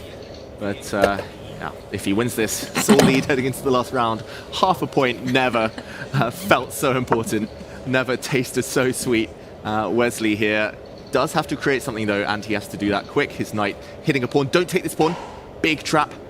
Many of us, including myself, have fallen into this in our lifetimes. A black queen would come out with a check, and that knight in the center on e5 would have fallen. I remember allowing that when I was a kid. Never again. Queen h5 though, very interesting. Wesley doubling up on this pawn, which is difficult to defend. It is very difficult to defend. How to do that? I mean, if you go bishop takes knight, you can go bishop takes bishop, but there's going to be this old scholar's mate on the board, and that's going to be some unpleasant pressure. Yeah. And also the long-term advantage of a bishop pair. That's not a happy decision if you're Magnus Carlsen, if you need to give up the knight. But Wesley putting early pressure right now, forcing Magnus into a thing. Queen h5 takes Magnus by surprise. Does indeed. And does he just gambit this pawn, prioritize development? Does he try to defend it by using his bishop here? It's not easy, this choice for Magnus Carlsen. He's burnt a lot of time now. Around a minute, that is priceless. A minute in Armageddon. He needs to move, he needs to speed up. Well, he could be thinking about a check on b4 right now, Magnus Carlsen. A c3 not possible because of the bishop on d3 being loose right now. You don't want to sidestep with your king, lose rights to castle. Well, Magnus doesn't look comfortable with the choices he has. He's getting ready to make his move. He does, in fact, give up the bishop pair. Okay, and then covers both pawns, f7 and e5 with queen to e7. But the problem is how is he going to get developed now? Now, white is going to be super quick to start developing the pieces. You've got to be careful though, because there is queen to b4 in the air. Yeah, white should get castled sooner or later, or stop the check, defend the bishop. Yeah, I'm surprised Magnus didn't allow Scholar's Mate. That would have that would have been a turn up for the books. But no, Magnus defending, and yeah, I think his next move, he plans to play g6, kick the queen away, and then if given the opportunity, he wants to get rid of white's bishop pair by playing the move bishop to h6, trade off the dark squared bishops. And white will be so far ahead in development that I'm skeptical, but at least then Magnus long term would be okay. Wesley now needs something quick, dynamic, to try and take advantage of Magnus's weird mode of development here.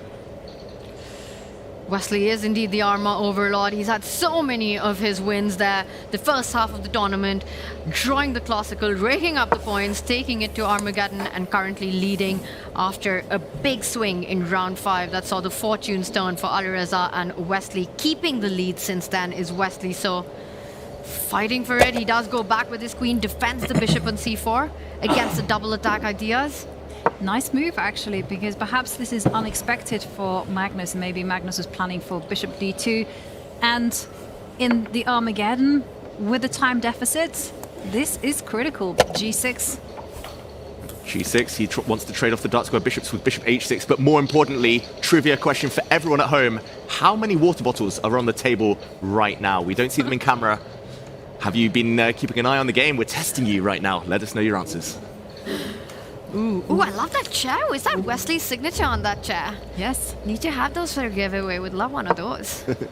I do think all of the players have their designated chairs throughout the tournament. So the arbiters, I mean, the main heavy lifting is moving those chairs before each round. Wow. Decision time for Wesley. He goes h4. Trying to trade off the dark squared bishops here, neutralizing the bishop pair that Wesley has. Okay. Is Magnus going to go long side castle or short side castle? Well, Is the Wesley's big going to question. get there first. He's going to castle queenside and say to Magnus, where are you going with your king? You won't have an option to go left flank then. That would be illegal. He does it. Jovanka, your idea on the board, ready for that h5 strike if Magnus goes the other way around. This is tough for Magnus now. Does he try to challenge rooks? Try to take the d-file. He brings his knight all the way home. What a move. Magnus is forgetting all about the opening rules in this game. He's forgetting all about the concept of tempo. He's lost time with his bishop, with his knight, and he's getting attacked from all angles right now. It's 15 moves in, and only Magnus's queen has been developed so far. After everything that's happened, he does get the knight out, but Wesley takes in g6 with no pawn. Oh, he actually goes alpha 0-esque on the position. He goes wait, did he take or did he push? There was a capture at the live board. There has been a glitch, so I'll put the moves there. We didn't see an en passant. We didn't see black bypassing. Currently, white has a semi-open h-file to stare down at. But if black gets 2 more moves, if black gets king f8, king g7, there's a nice little sanctuary for the king. A nice little haven for it to hide on. I think long-term, black is doing great. If rooks come off the board, if queens come off the board, the white bishop isn't that great. No targets, it's hitting thin air. But if he can launch an attack before black is ready, then Wesley gets the advantage and might win this Armageddon. And the clocks have started leveling out, Yovi, sorry. Yeah, I was going to say thank you, David, for highlighting Magnus's plan, because that tells us exactly what Wesley needs to be doing. Queen e3, followed by queen to h6 check, saying no home for you. He starts with g3 instead, also eyeing another approach of getting f4 in, pushing those central pawns right now. I just want to highlight that now the clock deficit is a little bit more than a minute, so Magnus making headway there as well. He doesn't play the blue arrow move that did appear. Black there did, just for 1 second, have enough time to castle. He could have blocked the d-file. He can't castle through check, so blocking the d-file and then getting his king to safety on c8 would have solved all of his problems. Defending his rooks, connecting his rooks. He's trying to get those rooks off right now. Wesley maybe should have been using his queen. He's attacking with pawns, but the white queen's still passive. And is Magnus escaping? That's the big question. The only way to escape is to get that rook into the game. Magnus going for the plan. King f8, king g7, bring that rook to the central file. Magnus Carlsen only needs a draw to take this Armageddon. It's getting close. If he gets his king to g7 and challenges rooks, queen and knight works so well against queen and bishop. He's going to blockade on the dark squares. He's going to be out of danger. So Wesley has a tiny window of opportunity here. He's never going to allow rook to d8. He will double up with the queen and the rook and claim the d-file to be his own. Wesley so. And Wesley in a must-win situation, so he can't play cautiously here. And look at the clock times. They're leveling out. He said, I'm not going to play cautiously. Yovi, f5, g4, g5 coming up next as well. You could also just take a moment to stop the idea of rook to d8. I want those rooks on the board. He's going all out on the king side instead. g4, g5, f6. No way Magnus ever allows that pawn to step forward and conquer the dark squares. Magnus now has 2 moves, essentially. He has to block, totally fix the pawn structure, or he has to stop the advance. h6, g5, rook to d8. I don't know if it's possible, but I don't think he wants to see it, that's for sure. h6 or g5 feel like the 2. Has to be one of those.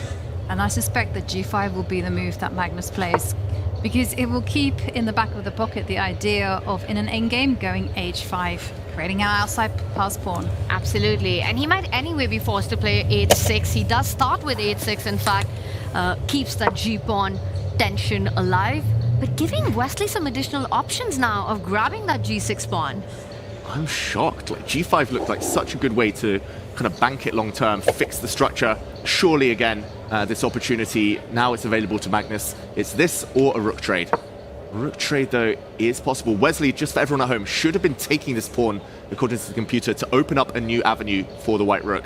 But now the attack is fizzling out. Magnus is getting closer. He's not going to trade the rooks. Rook d8 put. Wesley has to decline this.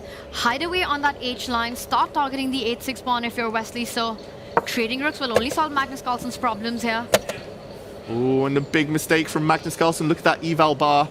He should have been going back with his rook. He wants to plant a knight onto the g5 square or the queen. Very logical, but Wesley there, he plays a fine move at some point in the near future. Queen h2 is going to hit this pawn and hit the central pawn. There's two undefended pawns right now. Magnus in big trouble. Oh, this is starting to look very ugly for Magnus with all the pawn weaknesses. He's relying on the queen stepping over to f6 to keep both those pawns intact if queen h2 was to happen. Queen h2 is happening on our board, of course. Magnus steps the queen up to defend. But now, I guess you can take a safety first move on the king, on the queen side, in order to get the king some home. It does it. a3, c3. Taking control of any activity with the rook stepping onto the d4 square. Knight f8 hits the bishop. Wesley says, I'm playing for the win. No trades for you, Magnus. And Magnus better believe in fortresses now, because that's exactly what he's trying to set up. He's blockaded the dark squares. The black knight is pretty silly right now. It has to guard the white bishop coming back into that nice outpost on e6. But where is Wesley's way forward? Where does he make progress? It's the principle of two weaknesses. Everything's been maximized on the right flank, and now he's going for the left side. The queen rerouting itself to enter from a7. Watch out, Magnus Carlsen. That would win a pawn. The white queen swooping in. Magnus too slow to cover that square. The black knight would love to be anywhere else right now, but not easy to hold that. No. I think his last move, pushing forward to a5, played on general principles, might have just created a second target that Wesley needed. And the realization is dawning on Magnus right now, that suddenly there are new problems on the board to take care of. Just when you thought you had everything under control. Oh, he needed the black knight on f6. His big mistake earlier, Magnus, was moving his knight off that blockading square. Queens are the worst blockader. The black queen is not well placed. Knights are the best blockader. And he will want to rearrange his pieces somehow, even if it comes at the cost of a pawn. Magnus isn't out of this yet. Wesley's taken down Magnus once in the classical in Norwich as in the earlier encounter, looking to do it again, this time in the Armageddon. The queen comes in, one of the pawns about to fall, and the b7 one is a big pawn. Yeah, you don't want to be letting go of that pawn as Wesley now takes full control.